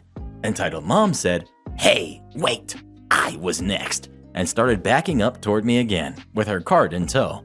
The cashier said, "Ma'am, you have already passed me. The next cashier will have to take care of you." Entitled Mom didn't like this, but turned back forward to see the first cashier had already finished ringing up the customer in front of Entitled Mom and had turned her station light off, signaling that she was closed. Entitled Mom said, "Hey, where are you going? You haven't rung me up." The first cashier said, "Sorry, I'm scheduled for my break now, and I will get written up if I don't go on time," and walked away out the door. Entitled Mom is now fuming and turns back to the second cashier. Entitled Mom waits for my cashier to be done with my purchase, then starts to back up again. This makes it impossible for me to leave, as we are in that tunnel, and I said, "Ma'am, you are going to have to go forward and leave the tunnel so I can get out." She stops and says, "Oh, just squish by me. You act like I have the plague or something." I looked directly at her and said, "As far as I am concerned, you do." She huffed and pushed her cart forward and out of the tunnel, and I was able to squeeze by her safely. Behind me, I heard the cashier start ringing up the customer behind me who had a pretty full cart, and I turned and saw that the line behind me had 5 people in it now. The Entitled Mom yelled, "Hey, I was next!" And as I was going out the door, she turned her buggy back into the tunnel the wrong way. Then I heard the cashier say, "Ma'am, you can't come back in here the wrong way. You have to get back in line." Unintelligible barking came from the Entitled Mom as I went out the door. I admitted, I was grinning behind the mask. As I was getting into my vehicle, the first cashier was around the corner of the store having a smoke break. She finished her cigarette, put it in the ash post, and said, "I hate people like that. We love messing with them. Sorry she bothered you." I laughed out loud at that point and said, "Hey, this will make a good story for Reddit." She laughed too and went on in the store. No idea what Entitled Mom did after that, but I noticed as I passed her when I left the store that she was wearing a scrub top for a local pediatrician's office. Think I might make a phone call on Monday asking them how they feel about one of their staff terrorizing those in the community who choose to wear a mask and socially distance. P.S. Ladies, if either of you read this, thank you. I appreciate you being there for us. Am I the jerk for kicking out my sister after she tried to flirt with my husband? I, 27 female, have a little sister, Emily, who's 20. My husband, 27 male, and I have been together since our college days. Back when we started dating, Emily then seemed to have this little crush on my husband, then boyfriend. She would blush in his presence, stutter while talking to him, etc. We assumed that the crush went away as she grew older, and her behavior indicated so. My husband thinks of Emily as the little sister he never had and treats her as such. We've not had much contact with Emily over the years as we live in a different state at the other side of the country, and she's been busy with her schooling. Last week, my parents and Emily were visiting our house for my birthday weekend. From the moment Emily arrived, she would not stop flirting with my husband, from excessively complimenting everything he did to proclaiming things like they would make a great pair, etc. My husband looked very uncomfortable, and so did my parents. I don't know how we got through the dinner. After the evening was done, my husband asked me if there was something wrong with Emily, and why was she behaving like that. He said she made him very uncomfortable and asked me to talk to her. So I found her alone and tried telling her that it was fine if she had/has a crush, but it's never fine to make anyone uncomfortable. I told her that it would be nice if she kept her distance for the remaining 2 days they were here, since he was not okay with this behavior. She said she wasn't being flirty or improper. I told her that she was indeed being inappropriate and that it was very creepy that she would try to flirt with my husband. She got very defensive and said that I was being insecure, and I quote, "If I was really flirting with him, you wouldn't stand a chance." I lost it at this point and told her that she's no longer welcome in our house and should buzz off the first thing in the morning. Emily and my parents left the very next day, even though my dad agreed that Emily's behavior throughout the evening was very inappropriate and that she should apologize to my husband. Mom thinks nothing of that sort happened, and all three of us are being delusional, and that it was a wrong move to kick Emily, and by extension her, out of my house when they had traveled all the way here. Am I the jerk? Karen kept calling me a housewife, so I kicked her out of my house. Just for context, my girlfriend, 24, is the breadwinner in our household. I don't really make that much, but she has a stable job and her parents are loaded, so whenever it comes to big purchases, like our first home and car, etc., she handles it. I usually just try to buy the smaller necessities like household utilities and groceries. Obviously, I get teased and hassled about it from people we know once in a while. I really don't appreciate when this happens, and I've talked to my girlfriend about how she feels about these things. She told me what I do is enough for her, and the only thing that matters is that we are happy. There's a friend of hers who literally just won't shut up about me being the housewife, her exact words. She always passive-aggressively makes remarks about my income and things about how a man should care for his girlfriend. Since she usually does this in front of other people, I don't say anything because I hate making scenes in public, so I usually just stay silent. We had a small get-together with some of me and my girlfriend's friends, and she was invited. The first thing she commented on was the decor in our house. She then smirked and asked if I was the one who paid for it or my girlfriend. My girlfriend gave me this look like, "I'm sorry," and that really just set me off. After everyone came in, I asked her to come to the front door. When we got there, I asked her to put on her shoes. She asked where we were going, and I told her she was leaving because I'm not dealing with her stupid BS right now. She said it's not up to me since I don't pay for the house, and I told her I would make sure she would have zero fun if she decided to stay. She said her boyfriend dropped her off and that she didn't have a ride, and I told her to go Uber or something. She left, and some people started asking me where she was. I just said she had to go because something came up, but my girlfriend's friends didn't take the story because they overheard what she had said to me and guessed that I kicked her out. I just told them what happened, and they started berating me for kicking her out over nothing, and that if I was a real man, the things she said wouldn't have bothered me. What the heck does that even mean? My girlfriend is indifferent to the situation, but my girlfriend's friends don't seem to understand that it's really annoying to have to deal with that every time I see her. I feel conflicted, and maybe I shouldn't have kicked her out. Am I the jerk? Landlord won't let us out of our lease. I got the place condemned.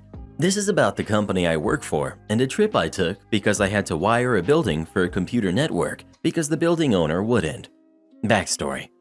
Our company was moving a remote site to a new building. As the IT guy for the company, I was asked to look at the new building and get network ports marked out. The landlord refused to put in any low voltage lines, and we got quotes, but they were thousands of dollars. Enter me, my car, and 4 boxes of Cat 6 plenum. It's about an 8-hour drive, and I was doing about 30 drops. Not a ton, but still, a few days' work in some place that's already built up. And it's drop ceiling with insulation on top. Messy, itchy work. Story. Day 1. We get there Monday morning at the start of the month. It's actually a cool summer morning, and we're from further south, so no one notices the AC not working for about an hour. Slowly, the building begins heating up. It gets to 80 degrees by noon, 85 at 3 p.m. The rooms with floors to ceiling windows are greenhouses. It's absolutely miserable. We've been told by the workers still on site that the leasing company was told there was no AC in our building 3 weeks ago. The other thing is, there are still workers on site. The building isn't completed. So much for being ready for a handover day 1. Day 2, we're getting agitated. It's 80 degrees in the AM when we first walk in. It's sweltering. The other guy that came up with me is the facilities manager. He's screaming at people over the phone to fix the AC. We're all exhausted from the heat by 3 p.m. I found a 4-foot hole in the ducting where I opened the ceiling tile. The AC was blowing, but there was no cold air. We are told the compressor is broken. Day 3, more of the same. Miserable in the morning, I'm finally getting the last lines punched in on the patch panel. The AC guys arrive at 10 a.m. They finally fix the unit at 2 p.m. We asked them what they did. They said, "A lot of things." We again said, "What did you do?" The reply was, "We can't tell the tenants." Red flag alert. We contacted our realtor. She said she would look into what was done. She sends an email later that night that says they changed the refrigerant from R22 to R410A. I tell the facilities guy, "No way, dude. That's like putting gas in a diesel motor. They'd have to change out the entire system. They didn't do that in 4 hours. They basically duct taped and WD-40'd that thing back together, and it will run poorly for a month or so, then give out, and we'd be stuck with a replacement." Day 4. Still no running water to some areas. Still workers on site. The AC can't keep up with the noonday sun, and it still hits around 80 by the end of the day. AC runs continuously. We're packing up all the stuff we moved in and moving out. I notice all the fire sprinklers look like they had moved, and the metal protection around the drop tile has fallen to the floor. The sprinklers are no longer protruding from the tiles in places. In others, they are quite a bit lower than they were. Yup, the AC fools stood in the fire sprinklers to fix their lousy ductwork. We are looking for a friendly way out. We contacted the landlord and say, "You haven't delivered a finished building. We're moving out. The lease is broken." Landlord has a 36-page lease. Landlord won't let us out of this lease. It's 5 years. This is not starting off well. We get in contact with the corporate lawyer and the realtor. They both agree we're kind of done for. We are desperate for any way out. I started looking at the fire system. I used to run all kinds of low voltage lines, fire, security, etc. There is no fire panel in our portion of the building. No smoke detectors are hooked up to anything. More red flags. One of our employees that was moving the heavy gear says, "Oh yeah, I meant to mention, I never saw any building permits anywhere." Ding ding ding. They did this build out, including demolition, running new plumbing and power lines, and destroying the fire system without a city permit. Cue the call to city inspector's office. Day 5. I wasn't there for this part, but the facilities manager told me this. The city inspector pulled the permits for the building. There weren't any. He finds multiple violations of city code, red tagged our area, removed the certificate of occupancy. When I told him to check the fire system like you said, he just goes, "Oh no, I have to make a call." He calls the fire marshal. Day 8. Fire marshals arrive on scene. Find no active alarm system in our portion of the building. Red tag. Find the sprinkler riser for the entire building in our area. No water pressure. Condemned the entire building. Basically, they wouldn't let us out of the building because we signed a lease, even though they never delivered a building in any semblance of working order. Called the building inspector, got them smoked, who then called the fire marshal, who condemned the entire building. They're still trying to fight us over it, but we're pushing for them not only refunding our deposit and the rent, which they have already done, but for all the time spent moving gear in and out, and all of the wiring. Our lawyer says they don't have a leg to stand on, and he's happy for them to pay his fees as well. You need me more than I need you. So a while ago, I used to work as a shift manager at a very popular US coffee and donut chain. The owner of this franchise branch was extremely horrible, power-hungry, and a jerk, which seems to be a real trend on this sub. To put how outrageous her treatment of staff was into perspective, I watched this lady training a new male coworker once. He messed up a drink, and she proceeded to throw the drink on the ground and demand he clean it up. She also demanded we include her when dividing tips up at the end of every night. Pretty sure that's illegal, but hey, I was 17 and didn't know any better. Anyways, I had this 30-something female coworker with 2 kids. She was from India and would always bring a little extra dinner with her when we worked together to get me to try foods from her culture. She was such a sweetheart and a key player in this story. At the time, I had been working there for 3 years. I was a shift manager and was primarily in charge of training new hires for the closing shift. One day, my lovely female coworker comes in extremely upset. She explains that after working 6 days a week, every week for the past few months, she was denied off for her son's birthday party. I immediately told her not to worry, as I was free that day and would work for her. No problem. I come into work early the next day when the owner was still in to let her know I would be taking lovely coworker's shift on her son's birthday. Mind you, the date in question was almost a month away, so we were giving her plenty of notice. The owner says, "That will not be happening," with a smile, and tells me to get to work. Something about her smile told me she was enjoying denying my coworker this day off with her family, and that crap broke something in me. For the next 3 weeks, I stewed. I wrote out my 2 weeks' notice and kept it in a sealed envelope in my car. We were short-staffed and new hires needed training, so I decided to stick it out a little longer so that my other coworkers wouldn't have to pick up the slack. One day, I pull in for my shift and see that the owner is in. I walk in and hear her yelling from the back. The owner is back there screaming at the group of morning shift workers in what I assume is Hindi. She then dismissed them and starts in on my lovely coworker and another coworker in English about how incompetent they are. At this point, I'm done. I get between her and my coworkers and go off, telling her that we are all tired of the way she treats us and that I will not stand to see her targeting lovely coworker anymore, denying her days off out of spite. We go back and forth yelling for a bit, and then she says, "If you don't like it, then get out of my sight." I reply, "I quit. You need me more than I need your crap anyway." She smugly replies, "I'll be needing you to hand in an official notice of that. You can come visit me tomorrow in my office." Little did she know, on this particular day, I had my resignation letter in my apron.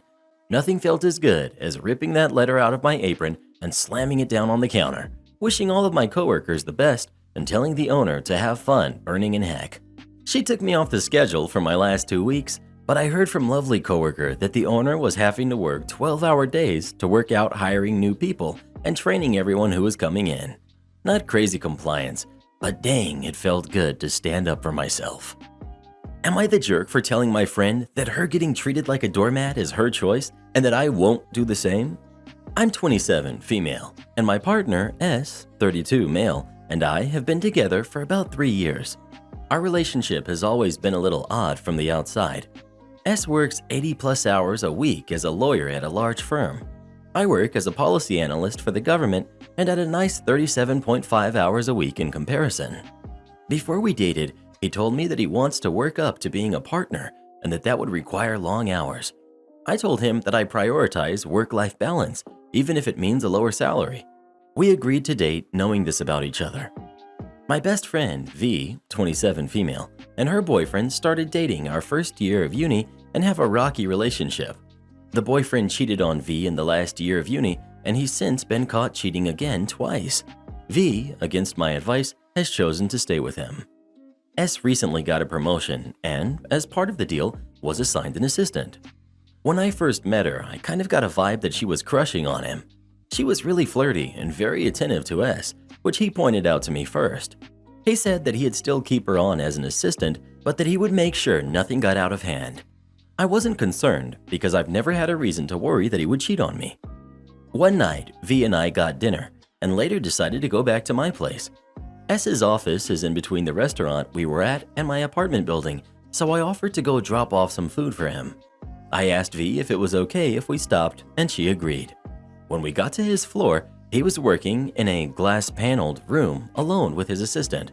I didn't think much of it, dropped off the food, and left. I also want to add that there were lots of other people in the office. As soon as we left, V asked if that was the assistant that I thought had a crush on S.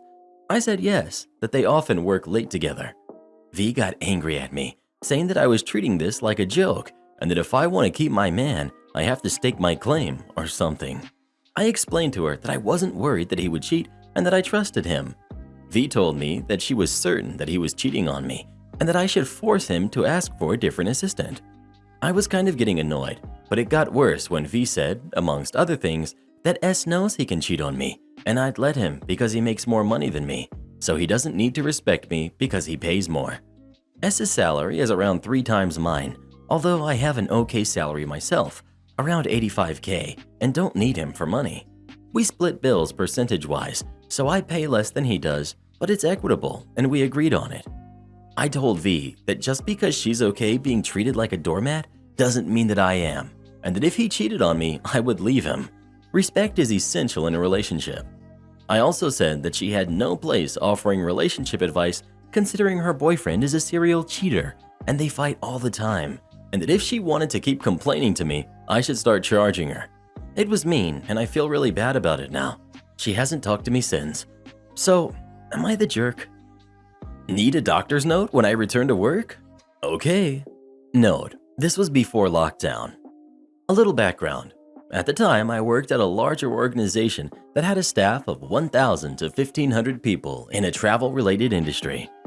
As we all know about the travel industry, certain times are busier than most, and during those times, non-pre-approved vacation/days off, etc. are blocked out. If you call off sick, you need a doctor's note when you return to work. Generally, the management doesn't care, because it's your sick time that you've earned, but we all have that one day. By the book Bob, we'll call him. By the book Bob got promoted because he was a company man, a yes man, a dude who drank so much Kool-Aid that it oozed from his pores.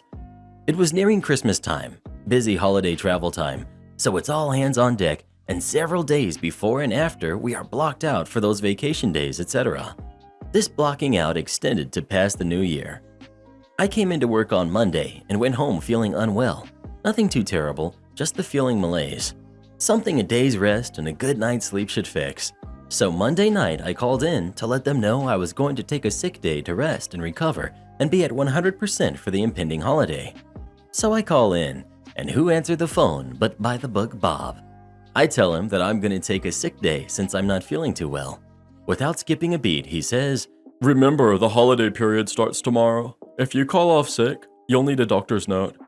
As I mentally imagine him sitting on the other side of the phone, all excited and happy that he reminded me of the doctor's note instead of wishing me well, I respond, okay, cool. You want a doctor's note when I get back, right? Otherwise, I'll get a write-up? Bob, Yup, gonna need a doctor's note. cue malicious compliance. Me, sure, no problem. What by the book Bob didn't realize is my personal physician is an older man who gives zero hoots.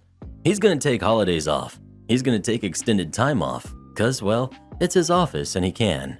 Guess which office was closed until a few days after the new year? Yup. Am I gonna go off to the local non-emergency room on a sick day to camp out for a doctor's note? Yeah, no. Am I gonna pay out of pocket to go to another doctor to get a note so by the book Bob can be happy? Most definitely no. I guess my only choice is to hang out at home resting until the new year and then pop in and get my note. So I do.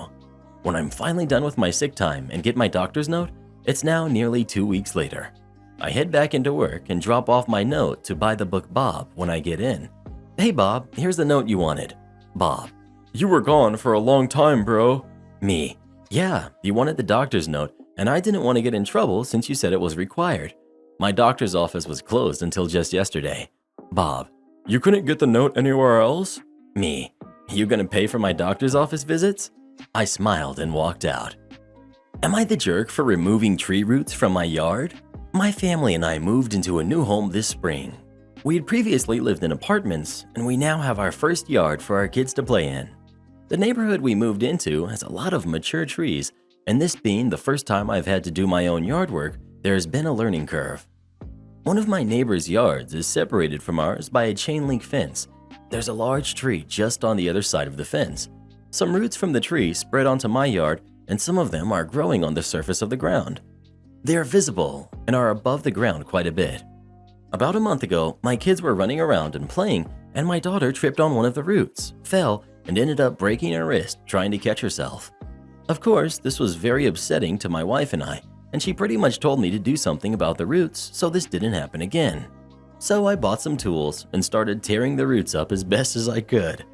I got them out to a point that nothing is sticking above the ground anymore and filled the top in with fresh soil and grass seed. My neighbor must have noticed the work I did because he made a comment about the fresh soil. I told him I had to remove some roots since my daughter tripped on one. He asked what I meant by remove, and I told him I dug a bunch out and cut them out as best I could. He got upset and told me that I probably killed his tree. I told him that removing a few roots isn't going to hurt a tree that big and they were creating a tripping hazard. And since they were in my yard, I did what I needed to do to remove them. He told me there are other ways to deal with roots like that, instead of cutting them out and causing stress to the tree, and he would have gladly helped if I had asked.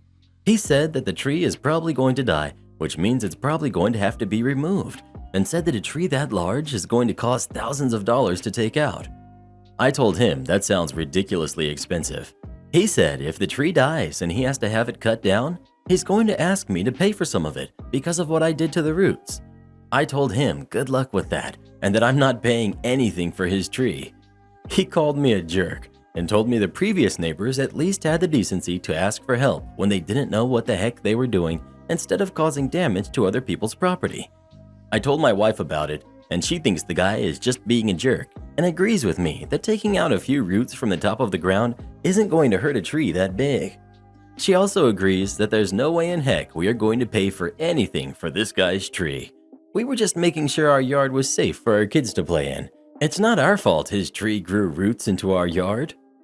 Your internet is fine, you don't need an engineer. So I work for a company that provides VoIP, networking solutions, and IT support. So I get this call from a well-known angry customer who also happens to be friends with the boss. To top it off, we usually only support businesses and not residential customers, but we sold him some internet on the cheap for his mother's house. People involved: me, Bob, Angry Bob, boss, big boss, and the company owner. The conversation: me: good afternoon, Bob. You sold us dodgy internet. Been trying to call all weekend. Me: sorry sir, our offices are only open 9 to 5 Monday through Friday. But let me take some details for you and I'll run some tests our side to get back to you. Bob: my mother is 86 years old and is a vulnerable person and hasn't been able to watch TV. Me: I understand that, sir, but if you give me some details, I can investigate for you and get this resolved ASAP. Bob: no, just send an engineer out tonight. Currently 4:30 on a Monday. Bob ends the call. At this point, I go away, speak to my manager and the boss, get some background, find the details I need to investigate, and the lines are fine. Bob calls again. Are you sending an engineer? Me: I have run some checks on your circuit and it's absolutely fine, so an engineer wouldn't be able to do anything. If you tell me what the problem is, I can help you to try to resolve it over the phone. Bob: no, just send the engineer. Me: okay, but you will have to accept potential charges if the fault is not with the line and is with the local equipment. I really think we should try some line resolutions first. Bob: no, send the engineer. 24 hours and a 270-pound call-out charge later. Bob: the engineer didn't fix the internet. Why am I being charged? Me: as I previously stated, the line checks were fine and the engineer is only responsible for line maintenance. It sounded like it was a local issue. Fine, you get down here and sort out the router. It has to be that router you sold us. Me: I will have to clear this with my boss. Should we go over first line resolutions first? Or at least give me a description of the problem? No, I'll speak to the boss myself. He hangs up. Boss: Dan, just to shut him up, would you fancy going to take a look? Usual charges would apply if it's not a fault with our equipment. Me: no problem. So I go to visit the house. Luckily, Bob isn't there, but his sister is who's polite enough. It turns out there was an issue with their Android streaming box used to stream international channels, and since they were nice enough, I reconfigured that for them. They also had no other devices actually connected to the Wi-Fi, so I connected the house up, including their security system, etc. The best part of this is that I could have talked him through all of this, as it was very simple stuff, even though they aren't covered, and would have taken about 10 to 15 minutes, but he ended up paying over 500 pounds in call-out charges. Am I the jerk for breaking my promise to my stepkids? I met Will when I was 22. Will was 29 with 2 kids and had newly been widowed. We had whirlwind courtship where he introduced me to the kids and got me involved in their lives very early, first few days after I met him. Will said really quickly he was sure I was the one, not only for himself, but also for his kids, that we'd have an incredible, happy family life. We got married when I was 23, Will was 30, and his kids were 8 and 6. Our wedding ceremony also included me and the kids making promises to each other, which was Will's idea. Soon, Will shoved all the childcare onto me. I wasn't a stay-at-home spouse. I worked full-time and always have, but he always had reasons for me to do the childcare. Him being sore from doing a physical job, me being better at it since I babysat kids this age in the past and he never had, or girl stuff for his daughter, or cooking or anything. He always had some reason and it ended up always on me. He started playing video games and relaxing from getting home until bed because he was tired and he was bringing in the money and keeping the roof over everyone's heads. Though that wasn't really true. He said he deserved to relax. Then he went out with his friends or brought them back to drink beer and watch loud TV. He developed a major attitude with me and encouraged the same in his kids. They found it funny. He started openly disrespecting me and encouraged them to also. He was the ultimate fun dad, and I got put in the role of the mean jerk. Sometimes they all ganged up on me and mocked me, but also all expected me to serve them and constantly be jumping up to care for them. By the end of the first year, I realized the marriage was a big mistake, but felt guilty leaving because of my promises to the kids. Another year went by, and I realized that no matter how much I tried and how I knew they were only kids, I didn't really blame them.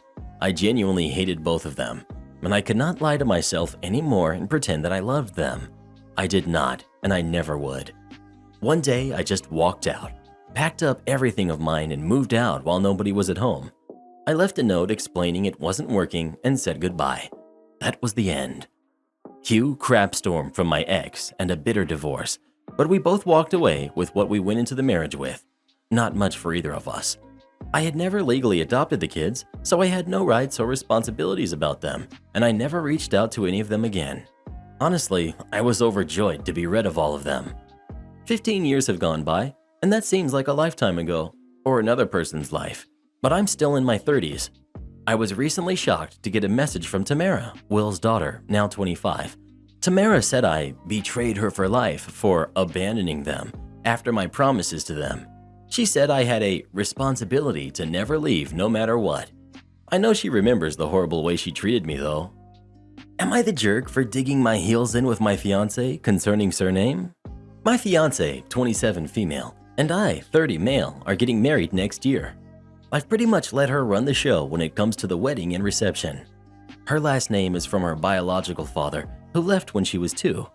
Her mother remarried, and she said for years that she can't wait to get married and change it. For 6 years, I've heard about what a jerk this guy is. I'm the last male to carry my name. There are only 4 people with the name, so it's always been important to me to pass it on to my kids.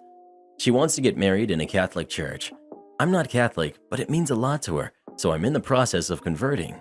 She wanted to be close to her mom and sister, so I left the job I loved, found a new job, and we moved 4 hours away from my family to be closer to them. Her sister is a recovering alcoholic, so we don't keep liquor in our apartment, despite that I like to have a beer after work. I've made many changes to accommodate her. She's acknowledged it, and I always respond that all I care about is passing my name on, and she responds with a number of days until our wedding. Shortly after we arrived, biological dad contacted her out of the blue. He heard from relatives she was getting married and decided it was the perfect time to reconnect. All of a sudden, I now hear what a wonderful guy Paul is, how hard he's trying, and how wonderful it is that he's back. Often I get home from work and she's gone, only to arrive home past midnight after being out with Paul and her half-siblings. I hate that I don't see her as much, but I know how much it means to her to have a relationship with him. At the same time, after years of hearing her trash him, I'm not even allowed to think bad thoughts about him. She's planning on having him walk her down the aisle, which I don't think is appropriate, but it's her decision. This weekend was the bombshell. She told me that her father brought up the importance of their name, that she's decided to keep it. This stung very badly. I replied that it was her choice. I just wanted to pass my name down. She smiled uncomfortably and informed me that she wanted the first boy to carry her name because it would mean so much to Daddy. I told her that is not happening. She suggested that we hyphenate as a compromise. I told her that there was no negotiation, that I had one thing that was important to me. I had moved heaven and earth to give her what she needed and everything else, but I wouldn't budge an inch on this. She told me I was being unreasonable. I responded that I've been in her life longer than he has and asked her who it was that she was trying to start a life with, me or him. She started crying and accused me of being jealous of her relationship with her father. My parents and her mom and stepdad agree with me and think she's allowing Paul to influence her. Her sister thinks I was a jerk for asking that question and refusing to compromise. Am I the jerk for yeeting my ice cream out of the window and saying I'd rather no one have it? I, 21 female, have been with my partner, 23 male, for 3 years. Backstory: we get Uber Eats a lot, especially during lockdown, at least once a week. We order ice cream, chocolates, and candies. Relevant to this story is that more often than not, I pay for it. He'll offer half, but payday comes around, and most of the time, he won't pay as he doesn't have enough because he spent it all on his car parts. My problem for the last couple months, whenever I go to the fridge, freezer, cupboard, what do you know? It's gone. I always ask, hey, do you know where this is? Am I just not looking properly? And he'll always reply like, oh, I ate that already, haha. I always get annoyed because it's not like, oh, I had some already, so it's okay. But more like he'll make shakes using all the chocolate and ice cream, and even though he doesn't like candies, he'll eat all the ones he knows I like and leave the ones I hate. So on to the problem. We got another order, and this time, since they had run out of the large ice cream, they sent 2 small ones. I was over the moon. I was like, yes. Now he has no excuse to touch mine. I was ecstatic and a little giddy. I told him, one's yours, one's mine. Do not touch mine. Last 2 days, I've been having some morning sickness, so it's been unopened in the freezer. I had a little last night when I felt sick, and it made me feel better. Then a little more today with our son, but I've left over half as I want it to last and to savor it. The last day since he was gone, within the first 5 minutes, he's been pestering me and telling me he's gonna eat it and he's only gonna have a little bit. I've heard that before. I was getting very visibly annoyed, but obviously he was oblivious. It's been the same discussion and argument for 24 hours. Then he goes to the freezer, pulls it out, and puts his spoon into it. I jump off of the lounge, snatch the ice cream, open the window, and yeet the ice cream out into the backyard. I tell him, I'd rather no one have it than you touch it because that is just so selfish. He stomps off into the room. Should mention that I'm a foodie and yet did not eat my ice cream but placed it on the windowsill with my other hand, and when he walked away I hid it in the freezer behind the meat. Am I the jerk for supposedly eating my ice cream after my partner has been selfishly not sharing desserts for months? Support our channel by joining as a member today, and we'll give you a shout out in our next video. Or come watch this video next. You won't believe what Karen does in that one.